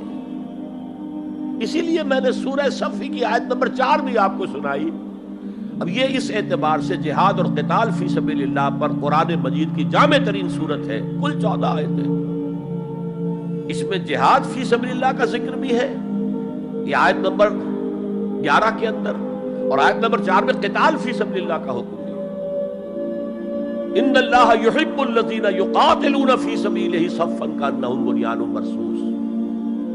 اللہ کو محبوب تو وہ بندے ہیں اس کے جو اس کی راہ میں جنگ کرتے ہیں صفیں باندھ کر گویا کہ سیسا پلائی ہوئی دیوار ہے۔ قتال فی سبیل اللہ، جہاد فی سبیل اللہ، دو اصطلاحات ہیں، ان کا مفہوم بالکل ایک تو نہیں ہو سکتا۔ ہمارے ہاں ان دونوں کو مترادف قرار دے دیا، اس کے نتائج کیا نکلے؟ قتال ہر وقت تو ہوتا ہی نہیں، لہذا جہاد ثانوی شے ہو گیا، اس کی اہمیت ہی نہیں رہی ہے، وہ جو بیک برنر کی جگہ ہوتی ہے وہاں رکھ دیا گیا۔ بعض لوگوں نے ایک اور غلطی کی اس کے برعکس، جہاد کی اہمیت کے پیش نظر انہوں نے اسے ارکان اسلام میں داخل کر دیا۔ یہ بہت بڑی جسارت ہے، اس لیے کہ متفقون علیہ حدیث حضرت عبداللہ ابن عمر سے میں سنا چکا ہوں 5 ارکان اسلام کے، اور حدیث جبرائیل میں اسلام کی ڈیفینیشن وہی 5 چیزیں، چھٹی چیز داخل کرنے کا کسی کو حق نہیں۔ ارکان اسلام میں جہاد فی سبیل اللہ شامل ہے، ارکان ایمان میں شامل ہے۔ There can be no ایمان without جہاد فی سبیل اللہ، and there can be no salvation، نجات کا کوئی امکان نہیں ہے اگر جہاد فی سبیل اللہ۔ ہم نے مترادف بنا کر ایک طرف تو سیکنڈری حیثیت دے دی اس کو، اور اس سے ستم بالائے ستم، مسلمان جنگ کرے وہ جہاد فی سبیل اللہ ہے، مسلمان بادشاہ ہے، زانی ہے، شرابی ہے، بدماش ہے، عیاش ہے، اور وہ صرف کسی اپنے پڑوسی غیر مسلم ملک پر حملہ کر رہا ہے تاکہ اس کی ریونیوز بڑھ جائیں، اس کی آمدنی بڑھ جائے، اس کی عیاشیوں کا میں اضافہ ہو جائے، وہ اور زیادہ بڑے محل بنائے، تو اس کی جنگ جہاد فی سبیل اللہ ہو۔ ہم نے بدنام کیا جہاد فی سبیل اللہ۔ اب غیر مسلم تو یہ سب کچھ دیکھتے ہیں، جہاد کسے کہتے ہیں، اسی کے اعتبار سے پھر مفہوم ان کے سامنے آتا ہے۔ یہ مغالطہ ہم نے ڈالا، اس کے نتائج آج ہم بھگت رہے ہیں۔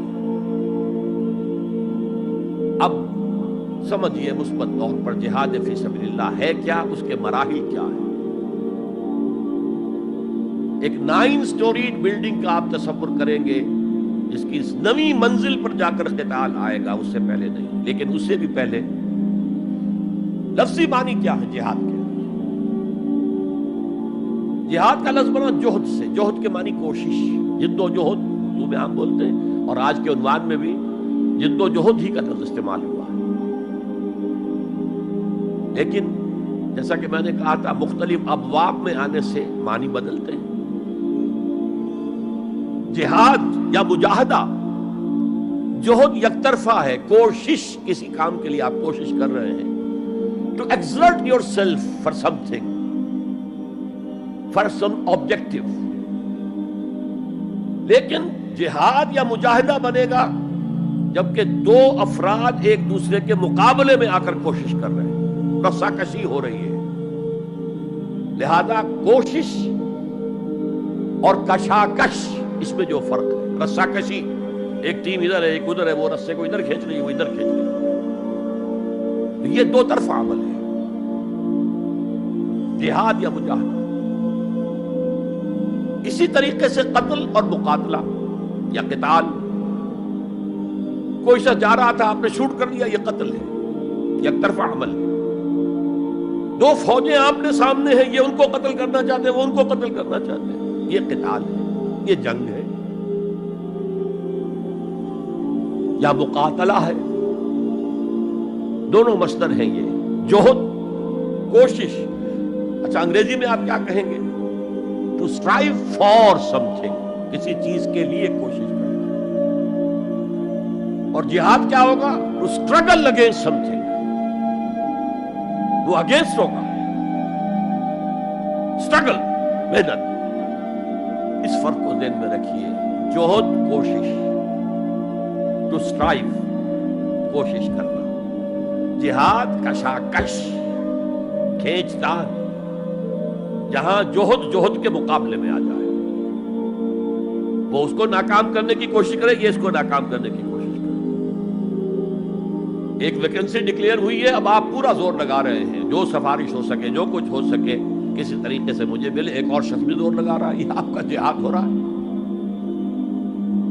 اور قتل یک طرفہ عمل ہے، قتال جنگ ہے، دو طرفہ. اب دیکھیے یہ جو جہاد ہے یہ اس کائنات کی سب سے بڑی حقیقت ہے.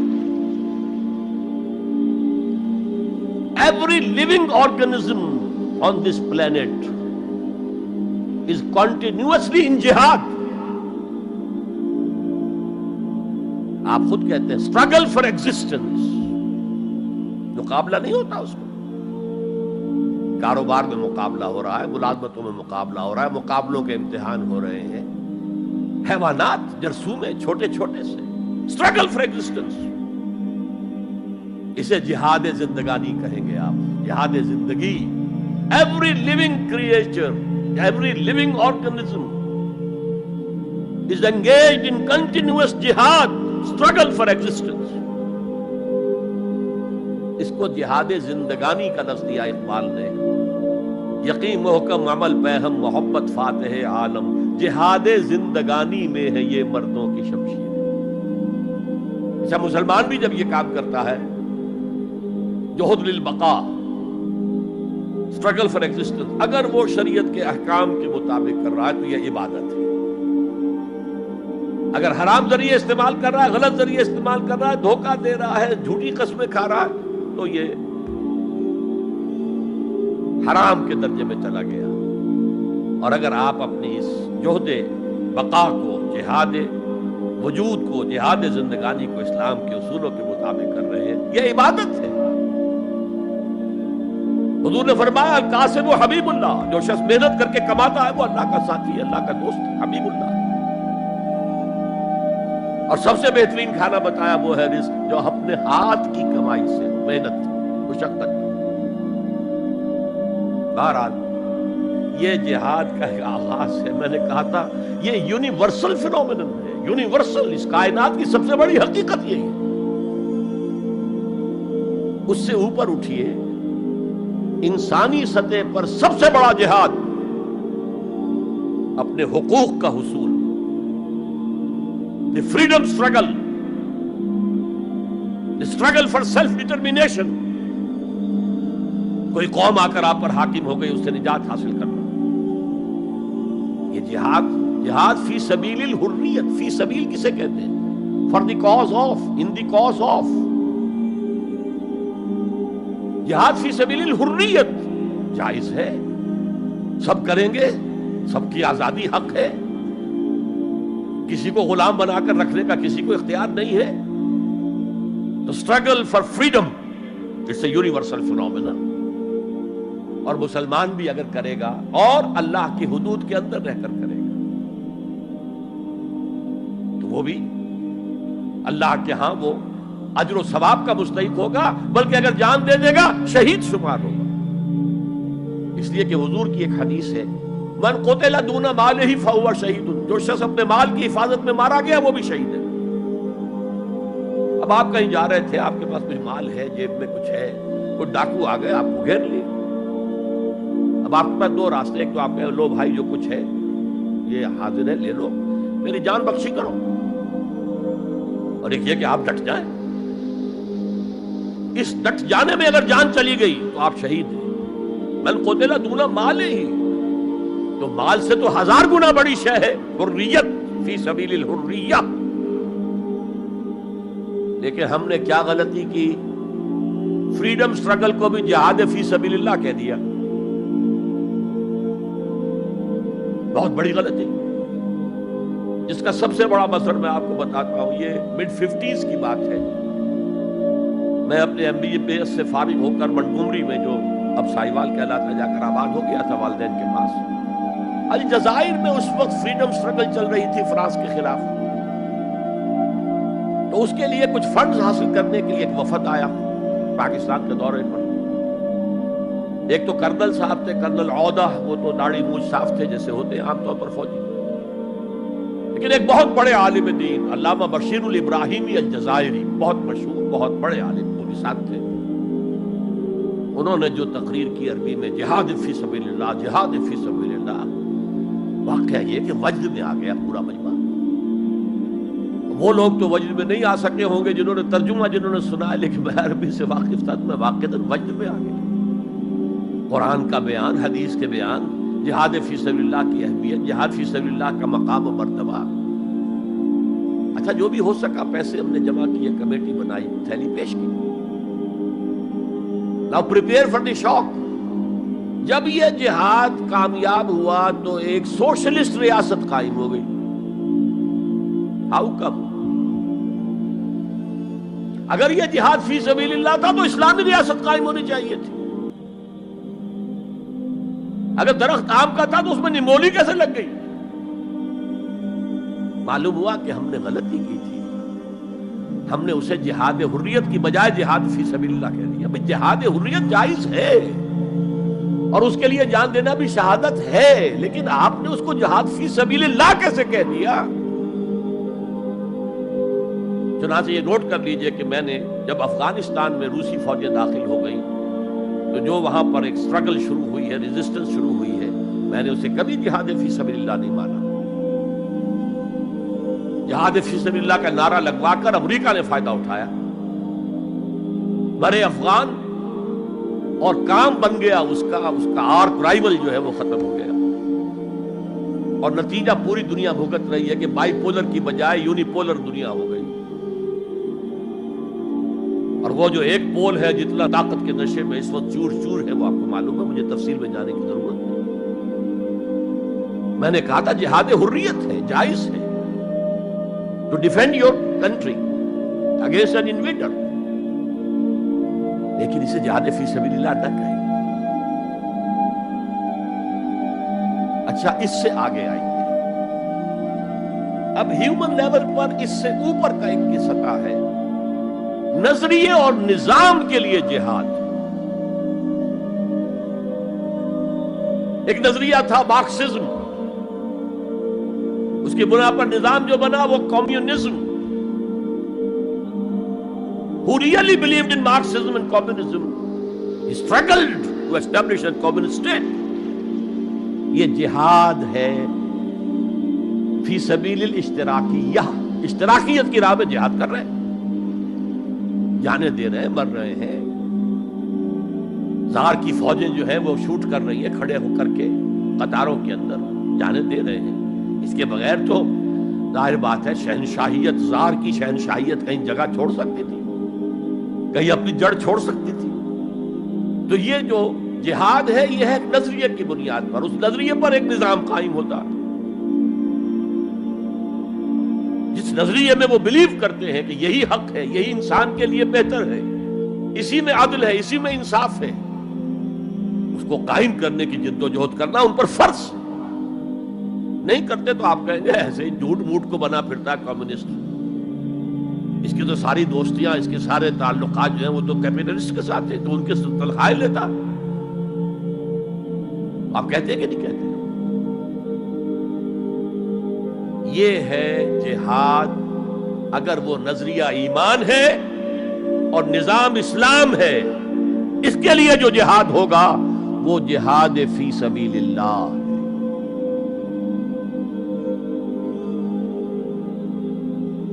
کسی اور مقصد کے لیے یہ جہاد کو آپ جہاد فی سبیل اللہ نہیں کہہ سکتے۔ آپ ڈیموکریسی کے قیام کے لیے کسی بادشاہت کو ختم کر کے ڈیموکریسی کا نظام قائم کرنا چاہتے ہیں، جہاد ہے، جہاد فی سبیل الدیمقراطیہ، جہاد for the cause of democracy, جہاد فار دی کاز آف اشتراکیت۔ اسی معنی میں قرآن مشرکین مکہ کو بھی مجاہد قرار دیتا تھا، وہ تھے مجاہدین فی سبیل الشرک، جانے نہیں دے رہے تھے، کیا قربانیاں نہیں دے رہے تھے؟ وہ اپنے عقیدے کے لیے، اپنے نظریے کے لیے، اپنے نظام کے لیے جانے دے رہے تھے۔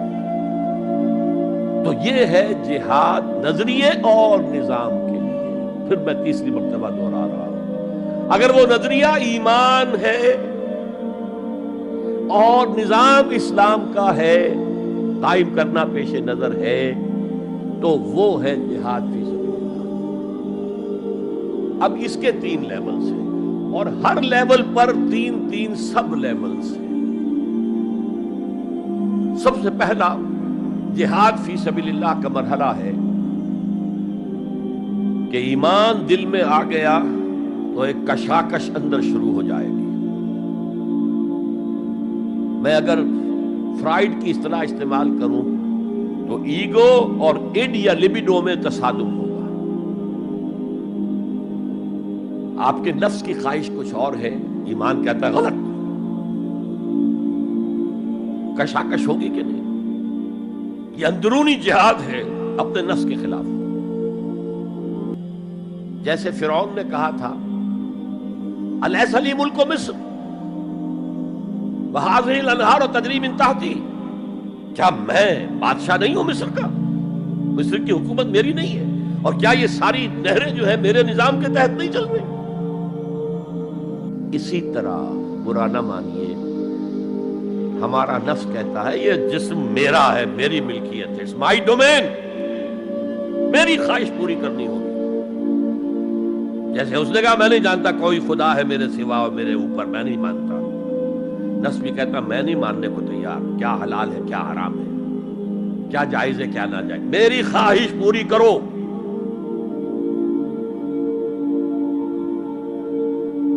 اس کے خلاف جہاد، یہ پہلی منزل کا جہاد ہے۔ اور آپ کو معلوم ہے 3 منزلہ عمارت ہے، تو بلند ترین تو ہے تیسری منزل، اہم ترین ہے پہلی منزل۔ پہلی منزل بنے گی تو دوسری بنے گی، دوسری ہوگی تو تیسری بنے گی نا۔ پہلی منزل یہ ہے اور اہم ترین یہ ہے۔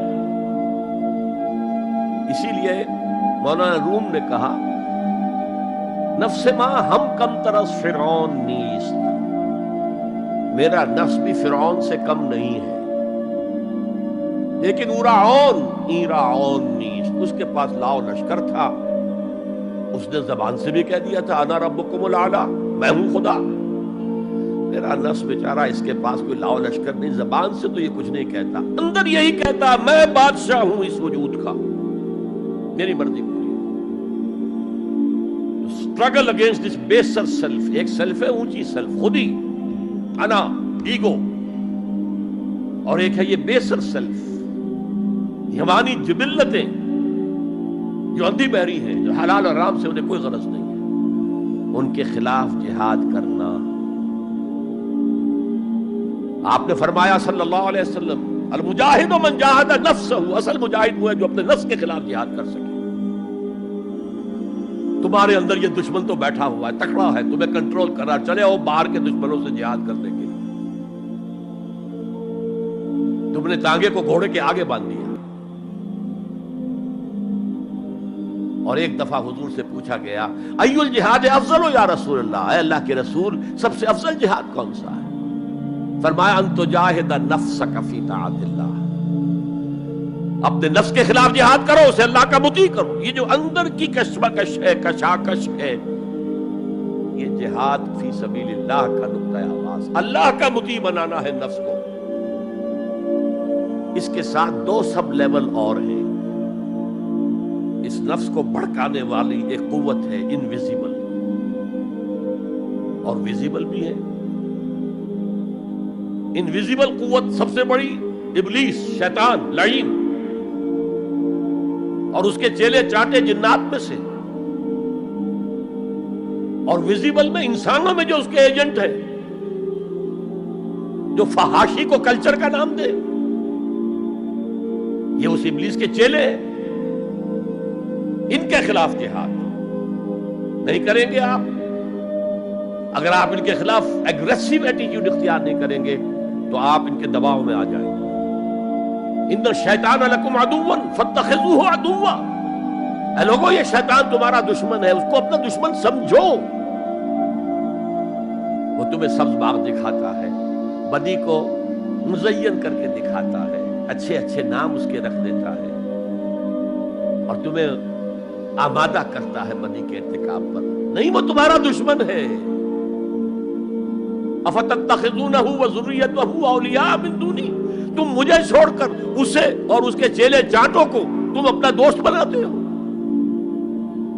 نہیں، شیطان کے خلاف جنگ کرو۔ اور تیسرا اس پر سب لیول کیا ہے؟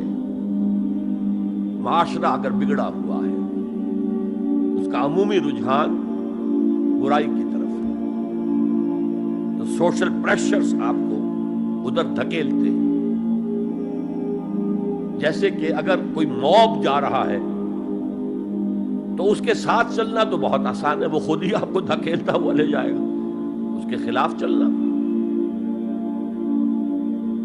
بہت مشکل کہا۔ ہو سکتا ہے آپ بڑی زور لگا کے 4 قدم آگے بڑھیں، پھر کوئی ریلا آئے 10 قدم پیچھے لے جائے۔ تب دو ہی راستے ہیں، زمانہ بات و سازت تو بعد زمانہ بے ساز۔ یا تو پیسو معاملہ ہے، زمانہ تمہارے ساتھ سازگاری نہیں کرتا، چھوڑو تم زمانے کے ساتھ سازگاری اختیار کر لو، چلو تم ادھر کو ہوا ہو جدھر کی۔ ایک یہ ہے کہ نہیں، زمانہ بات و سازت تو بعد زمانہ ستیس۔ زمانہ اگر تمہارے ساتھ سازگاری نہیں کر رہا تو زمانے سے جنگ کرو، لڑو، ریزسٹ کرو۔ تو 3 جہاد ہو گئے فرسٹ لیول کے، 3 سب لیولز۔ نفس امارہ، اڈ، لیبیڈو، نفس حیوانی کے خلاف جہاد، اس کو بھڑکانے والے، وسوسہ اندازی کرنے والے، اس میں پھوکے مارنے والے، شیطان اور اس کی ذریت مانوی اور ذریت نسلی، جنات اور انسانوں میں جو اس کے ایجنٹ ہیں، ان کے خلاف جہاد، معاشرے کے خلاف ایک اسٹرگل۔ اب یہ 3 جہاد آپ نے کر لیے، اللہ توفیق دے ہم میں سے ہر ایک کو، تو اب اس جہاد آپ کے جسم سے باہر نکلے گا، خارج میں آئے گا۔ دوسری منزل ہے نظریاتی تصادم۔ اگر آپ نے ایمان کا نظریہ اختیار کیا ہے تو الحاد کا نظریہ رکھنے والے بھی موجود ہیں۔ آپ نے توحید کے نظریے کو اختیار کیا ہے تو مشرکانہ عقائد رکھنے والے بھی موجود ہیں۔ They are bound to resist۔ اس کے خلاف جہاد کرنا ہوگا، محنت کرنی ہوگی، اپنی بات کو دلائل سے ثابت کرنا ہوگا، اپنی بات کو اچھے انداز میں حسن اسلوب سے لوگوں کے دلوں تک پہنچانا ہوگا۔ ظاہر بات ہے وقت لگے گا، جان کھپے گی، اور اگر آپ انتہائی سنسیئر ہیں، یہ آپ کا ایک لائف لانگ اور ہول ٹائم جو ہے آپ کی انگیجمنٹ ہو گئی ہے. اینڈ ٹائم از منی. جہاد بالمال، جہاد بالنفس، یہ ہے دعوت و تبلیغ کہہ لیں اسے، اپنے نظریات کو پھیلانا کہہ لیں. آخر مارکسسٹ نے اپنے نظریات کو پھیلایا پہلے پیور فلسفی کی سطح پر، ٹاپ انٹلیکچوئلز کو دنیا کے انہیں پوزیس کیا.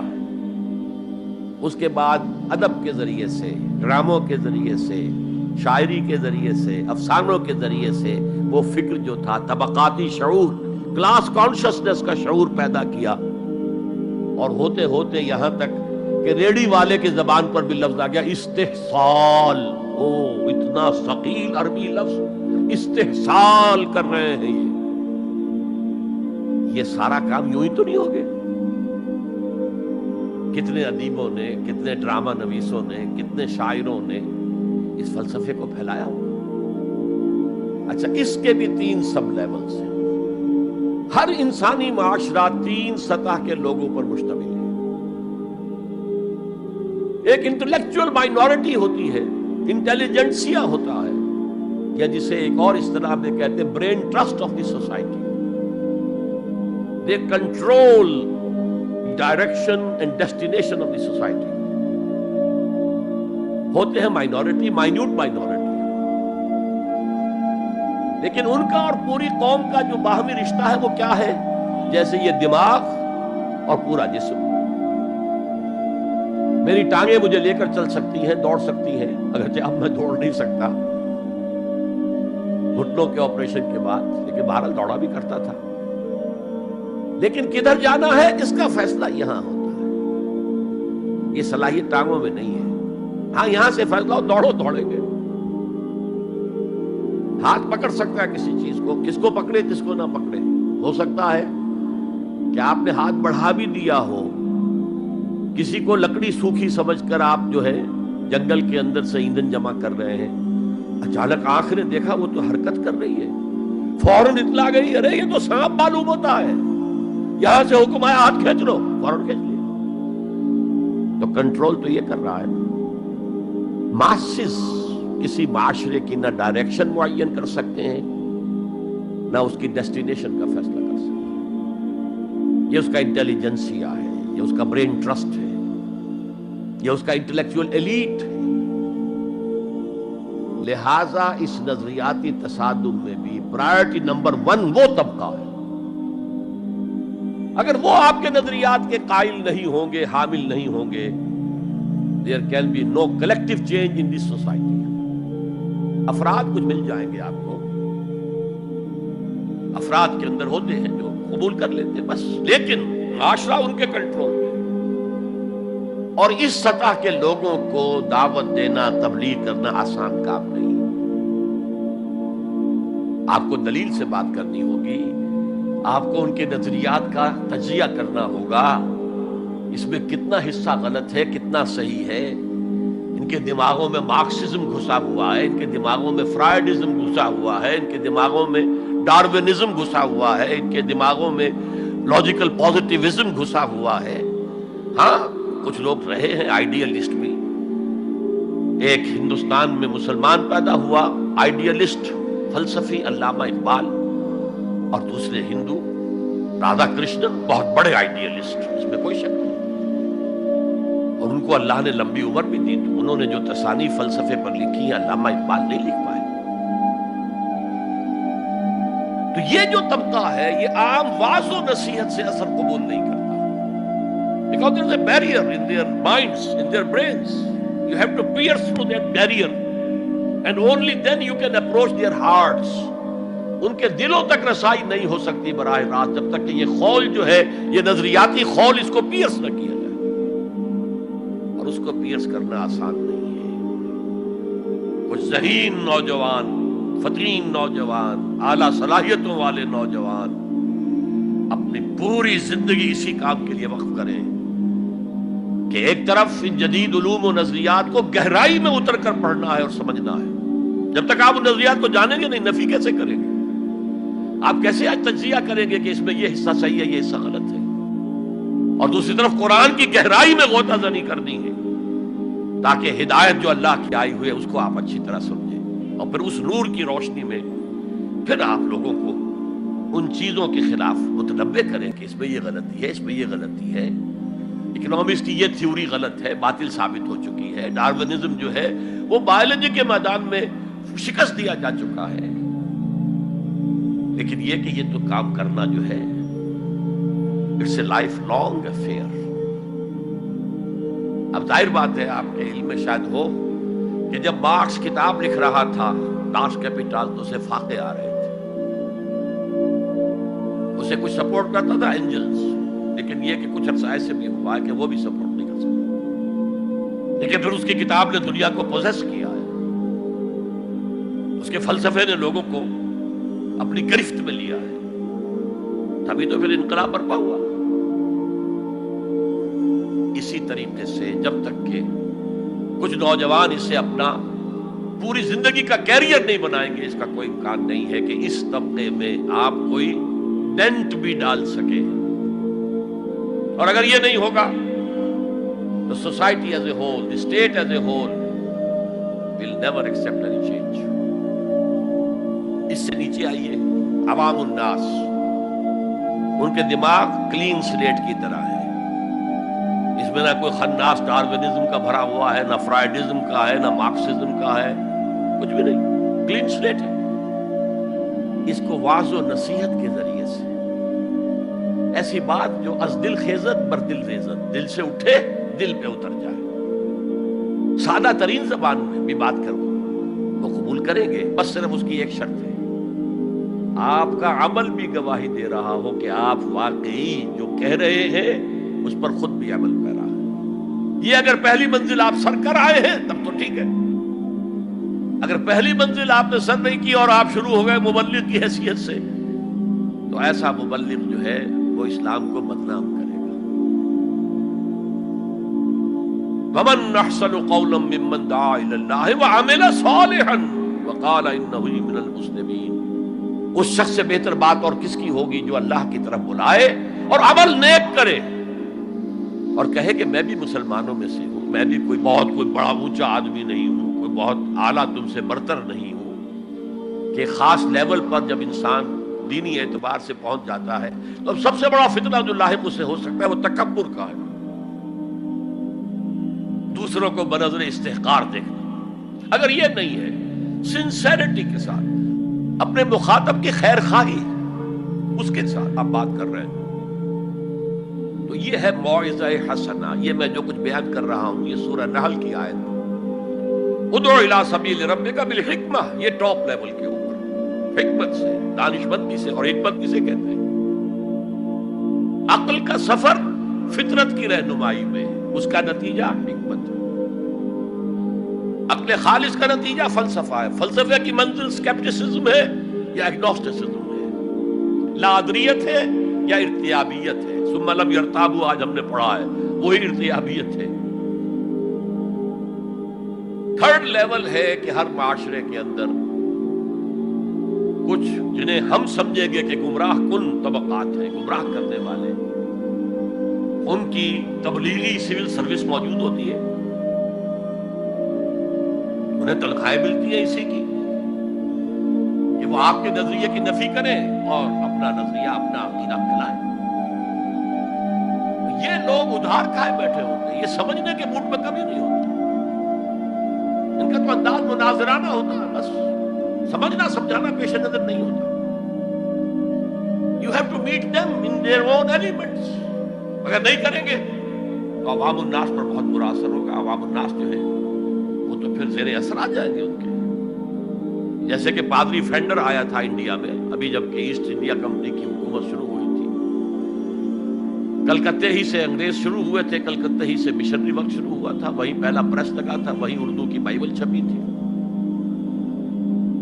اور اس نے تمام مسلمان علماء سے مناظرے کیے، بنگال کے، بہار کے، یو پی کے، سب کو ہراتا ہوا، شکست دیتا ہوا دلی پہنچ گیا، اور دلی کی جامع مسجد کی سیڑھیوں پر کھڑے ہو کر اس نے اعلان کیا، اے مسلمانوں، میں وہاں سے یہاں تک آ گیا ہوں، تمہارا کوئی عالم میرا مقابلہ نہیں کر سکا۔ اس کی وجہ یہ کہ ہمارے علماء نہ بائبل پڑھتے تھے، نہ تورات پڑھتے تھے، ان کا اصل سبجیکٹ تھا فقہ، اس لیے کہ انہیں سرکاری جو حکومت مسلمانوں کی تھی اس کے اندر قاضی اور مفتی کے عہدے اور قاضی اور خطیب جامع مسجد کے یہ عہدے تھے، تو سول سروس کے لیے جو نصاب بنا ہوا تھا وہاں اس میں قانون کی اہمیت تھی سب سے زیادہ، تو فقہ پڑھتے تھے، اور وہ لوگ تیار ہو کر آتے تھے پوری طرح عربی سے واقف ہیں، قرآن سے واقف ہیں، تو مقابلہ کیسے ہو؟ اور اگر اس وقت کوئی شخص مقابلے میں نہ آ سکتا، ایک تو عجیب بات نوٹ کیجئے کہ اس وقت اسلام اور توحید کا دفاع کرنے والا سب سے بڑا ایک ہندو تھا،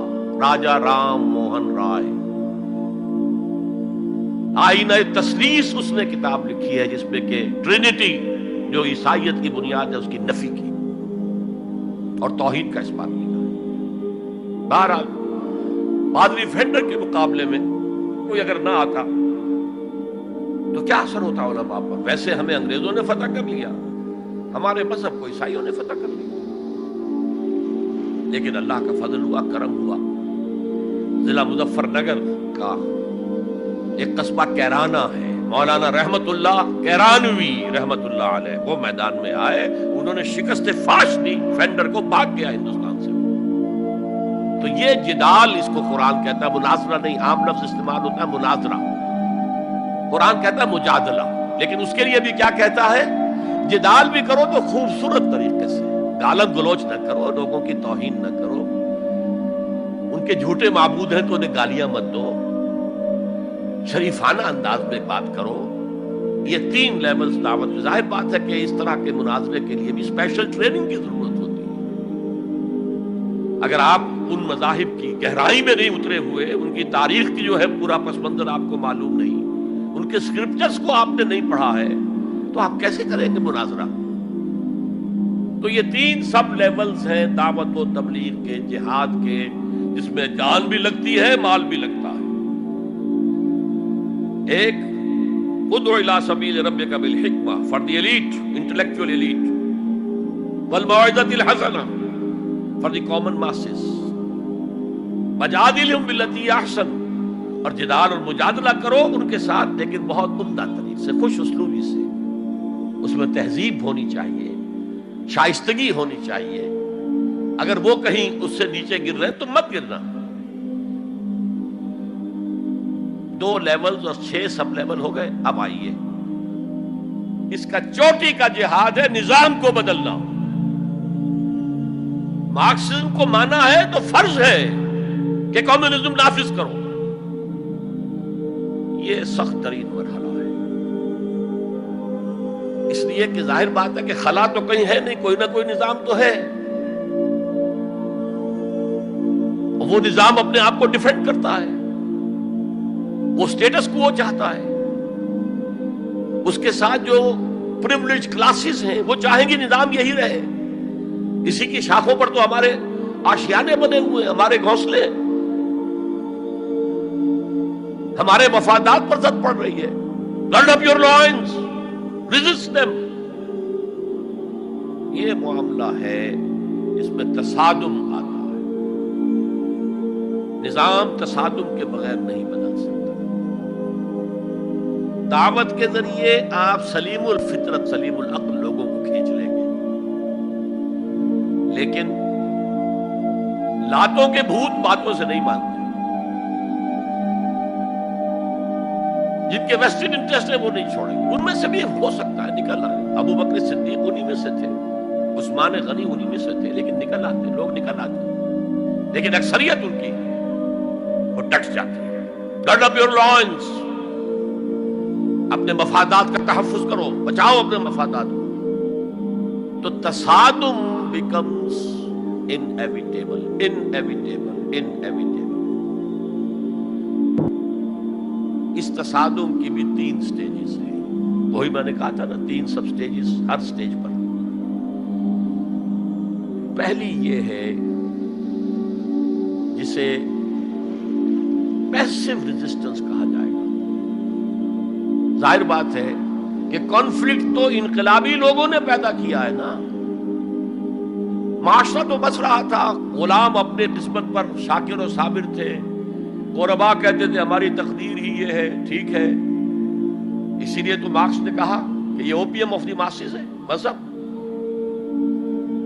اس نے کانفلکٹ کس نے پیدا کیا؟ جس نے کہا یہ غلط ہے، یہ نظام صحیح نہیں ہے، یہ ڈپریسو ہے، یہ ایکسپلائٹیٹو ہے، یہ ڈسکریمنیٹو ہے، اس میں تقسیم دولت کا نظام غلط ہے.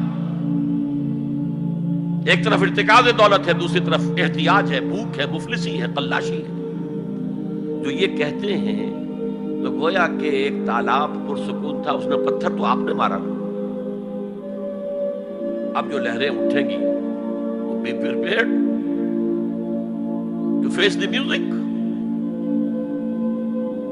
چنانچہ اور مارو ان کو قتل کرو، ان کو جیلوں میں ٹھونس دو، ان کو یہ کرو، ان کو وہ کرو. اس سارے معاملے میں پہلی سٹیج ہوگی اس نظریاتی اور نظام کے تصادم میں ٹیک آل پرسیکیوشن وداؤٹ اینی ریٹیلیشن. اگر آپ وائلنٹ ہو گئے فرام دی ویری بگننگ تو جو پاور اس وقت ہے موجود، جو نظام ہے اس کو ریپرزینٹ کرنے والی جو حکومت موجود ہے، وہ آپ کو کرش کر کے رکھ دے گی. You have to buy time. اور اس کے لیے کیا ہے؟ وہ تمہیں مارے تم جواب نہ دو، وہ گالی دے تم انہیں دعائیں دو، وہ پتھر مارے تم پھول پیش کرو. ادفع باللتی ہی احسن، بہترین انداز میں دفاع. اسے کہتے ہیں پیسو ریزسٹنس. حضور کی سیرت میں پورے 12 برس یہ حکم تھا. This was the order of the day. No retaliation whatsoever, no raising of hands even in self defence. اور یہ میں آپ کو بتا چکا ہوں، مہاتما گاندھی نے کہا، سرحدی گاندھی عبد الغفار خان سے، کہ میں نے یہ عدم تشدد جو ہے، تشدد کا جواب تشدد سے نہ دینا، یہ میں نے سیکھا ہے حضرت مسیح سے اور حضرت محمد سے صلی اللہ علیہ وسلم. حضرت مسیح کی زندگی پہلی سٹیج ہی پر تک رہی، آگے کی وہ مہم چلی ہی نہیں، اس لیے کہ آپ کو ریسپانس ملا ہی نہیں. کہتے ہیں کل 72 آدمی ایمان لائے تھے ان پر، اور ان میں سے بھی 12 تھے جو ان کے مخلص ساتھی تھے، حواریین تھے، ہر وقت ساتھ رہتے تھے. اور ان میں سے بھی ایک وہ تھا جس نے غداری کر کے گرفتار کرایا ہے، ان کی اپنی روایت کے مطابق. تو چھوڑیے، تفصیل میں نہیں جانے کی ضرورت نہیں. تو بہرحال اس سے اگلی سٹیج کیسے آتی؟ دعوت وہ دیتے رہے، دعوت دیتے رہے، وعظ کہتے رہے، یہ سب کچھ کرتے رہے. سیکنڈ سٹیج تک رہے، تھرڈ سٹیج تک تو جب تک کہ قوت حاصل نہ ہو you can't proceed. If there's no response you can't go forward. لیکن یہ کہ حضور کی زندگی میں اگلی سٹیج آ گئی. ساتھی آئے، انہیں مارے کھانی پڑی، دہکتے ہوئے انگاروں پہ لٹایا گیا، جانوروں کی لاشوں کی طرح ان کی گردن کے اندر رسیاں باندھ کر انہیں گھسیٹا گیا گلیوں کے اندر. سب کچھ ہوا ہے، برداشت کیا. انہیں قتل بھی کیا گیا. حضرت سمیہ، حضرت یاسر پہلے مقتولین ہیں، میاں بیوی رضی اللہ تعالی عنہما. سب کچھ ہوا ہے، برداشت کرو، اسبرو، صبر کرو. اس کا ایک بہت بڑا نتیجہ نکلتا ہے. اس معاشرے میں جو سائلنٹ میجورٹی ہوتی ہے، وہ سائلنٹ میجورٹی سائلنٹ تو ہوتی ہے، ڈمب تو ہے، ڈیف نہیں ہے، بلائنڈ نہیں ہے. وہ بلال کی چیخیں تو سن رہی ہے نا، وہ دیکھ رہی ہے کس طرح دہکتے ہوئے انگاروں پر خباب بن الارت کو لٹایا گیا. یہ جو سائلنٹ میجورٹی ہوتی ہے اب یہ سوچتی ہے یہ ان کے اوپر کیوں یہ تشدد آ رہا ہے. کیا بلال نے آقا کی کوئی چوری کر لی تھی؟ کہیں خدا نہ خواستہ خاکم بدہن آقا کی بیٹی کی عزت پر ہاتھ ڈال دیا؟ کیا کیا تھا جو یہ آقا جو ہے امیہ ابن خلف یہ کچھ کر رہا ہے اس کے ساتھ؟ اس کے بعد جب انہیں معلوم ہوتا ہے کوئی جرم نہیں ہے، صرف یہ کہتا اللہ ایک ہے، میں اور اس کے ساتھ کسی کو شریک کرنے کو تیار نہیں، اور محمد اللہ کے رسول ہے، بس جرم ہے تو یہ ہے. اب اس کا کیا اثر پڑتا ہوگا اس سائلنٹ میجورٹی میں، اس کا آپ اندازہ کر لیجیے. ان کی ہمدردیاں اندر ہی اندر ان کے ساتھ ہو رہی ہیں، اگرچہ وہ گئے ہیں اپنے لیڈروں کے دباؤ کی وجہ سے. غزوہ بدر میں مفتوح تو پہلے سے ہو چکے تھے، جو دلوں کو فتح کر لے وہی فاتح زمانہ. بہرحال first stage is passive resistance, صبر محض. سیکنڈ جب ذرا محسوس ہو ہمارے پاس طاقت ہے، we can risk a direct confrontation with the system، تو اس نظام کو کہیں سے چھیڑا جائے دکھتی رنگ کو۔ دیکھیے گاندھی جی کی موومنٹ میں عرض کر چکا ہوں، پہلے کیا تھا؟ Non violent, naan cooperation. کوئی جرم تو نہیں ہے، ہم نہیں پہنتے تمہارے کپڑے، کیا کوئی قانون ہے؟ لیکن سیکنڈ سٹیج کیا آئی؟ یہ چھیڑنا تھا اس کو۔ نان وائلنٹ، سول ڈس اوبیڈینس۔ ہم پرماتما کے سمندر سے پرماتما کا بنایا ہوا نمک لینے جا رہے ہیں، ہم نے تو کسی کو کچھ نہیں کہا، but it amounted to challenging the taxation policy of British India۔ اب لاٹھیاں پڑی ہیں، جیلوں میں ٹھوسے گئے ہیں، سب کچھ برداشت کیا ہے، کھڑے رہے ہیں، مضبوط رہے۔ تو یہ سٹیج آتی ہے جب یہ سمجھا جائے کہ ہاں اب طاقت ہے ہمارے پاس، we can risk a direct confrontation with the system۔ اس میں حضور نے کیا کیا تھا؟ مدینے میں جا کر آپ نے 6 مہینے لگائے تھے، 3 کام جن سے کہ اپنی پوزیشن کنسولیڈیٹ کی مدینے میں۔ کنسٹرکشن آف دی ماسک، وہ مرکز بن گیا، وہی حکومت، وہی دار الشورا، وہی تزکیے کی جگہ، وہی نماز کی جگہ، سب کچھ وہی تھا۔ دوسرے ایک انصاری ایک مہاجر، بھائی بھائی، تاکہ یہ 2 فیکشنز علیحدہ علیحدہ نہ رہیں، انٹیگریٹ ہو جائے۔ اور ایک جو 3 قبیلے یہود کے موجود تھے ان کو جکڑ لیا ایک میثاق میں، معاہدے میں، میثاق Madina, joint defence of Madina, pact for the joint defence of Madina. اگر مدینے میں باہر سے حملہ ہوا تو ہم سب مل کر ایک امت کی حیثیت سے دفاع کریں۔ اس کے بعد آپ نے چھوٹے چھوٹے چھاپا مار دستے بھیجنے شروع کر دیے۔ ان کی جو لائف لائن تھی، میں نے بتایا تھا کہ ان کے کیریوانز کو کوئی ٹوکتا نہیں تھا، روکتا نہیں تھا، لوٹتا نہیں تھا۔ اب تھریٹن کیا محمد نے صلی اللہ علیہ وسلم۔ یہ گویا کہ اکنامک بلاکیڈ آف مکہ تھا۔ اور جب بھی یہاں کہیں گئے آپ، وہاں کے لوکل قبیلے سے آپ نے صلح کر لی، معاہدہ کر لیا۔ یا تو وہ پہلے قریش کے حلیف تھے، اب حضور کے حلیف ہو گئے، یا انہوں نے کہا کہ صاحب ہم نہ آپ کے ساتھ نہ ان کے ساتھ، نیوٹرل رہیں گے، نہ آپ کے خلاف ان کی مدد کریں گے، نہ ان کے خلاف آپ کی مدد کریں گے۔ ان دونوں کا نتیجہ یہ ہوا کہ zone of political influence of Quraish started diminishing. یہ 2 ریزنز تھی کہ پھر پوری طاقت کے ساتھ قریش نے ریٹیلیٹ کیا ہے۔ اور پھر لاسٹ معاملہ شروع ہوا ہے، تیسری منزل۔ اس تیسری منزل کی تیسرا سب لیول، اس کا نام ہے قتال فی سبیل اللہ۔ اب جنگ شروع، a 6 years long war۔ یہ جو بدر ہے، احد ہے، احزاب ہے، بنی المصطلق ہے، بے شمار غزوات، چھوٹے چھوٹے بڑے بڑوں کے نام ہمیں یاد ہیں صرف۔ It was a continuous war with battles۔ Badr battle ہے، جنگ نہیں ہے، جنگ تو مسلسل ہے۔ بہرحال اس کا نتیجہ یہ قتال فی سبیل اللہ کی منزل آئی ہے۔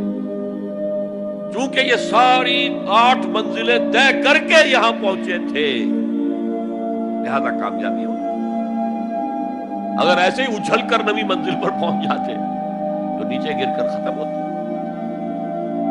یہ ہے قتال فی سبیل اللہ، اللہ کی راہ میں قتال۔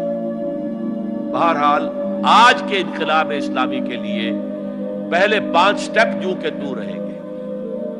دعوت دی جائے گی، لوگوں کی اصلاح کی جائے گی، انہیں منظم کیا جائے گا، پھر پیسو ریزسٹنس کے دور سے گزرنا ہوگا، پھر ایکٹیو ریزسٹنس۔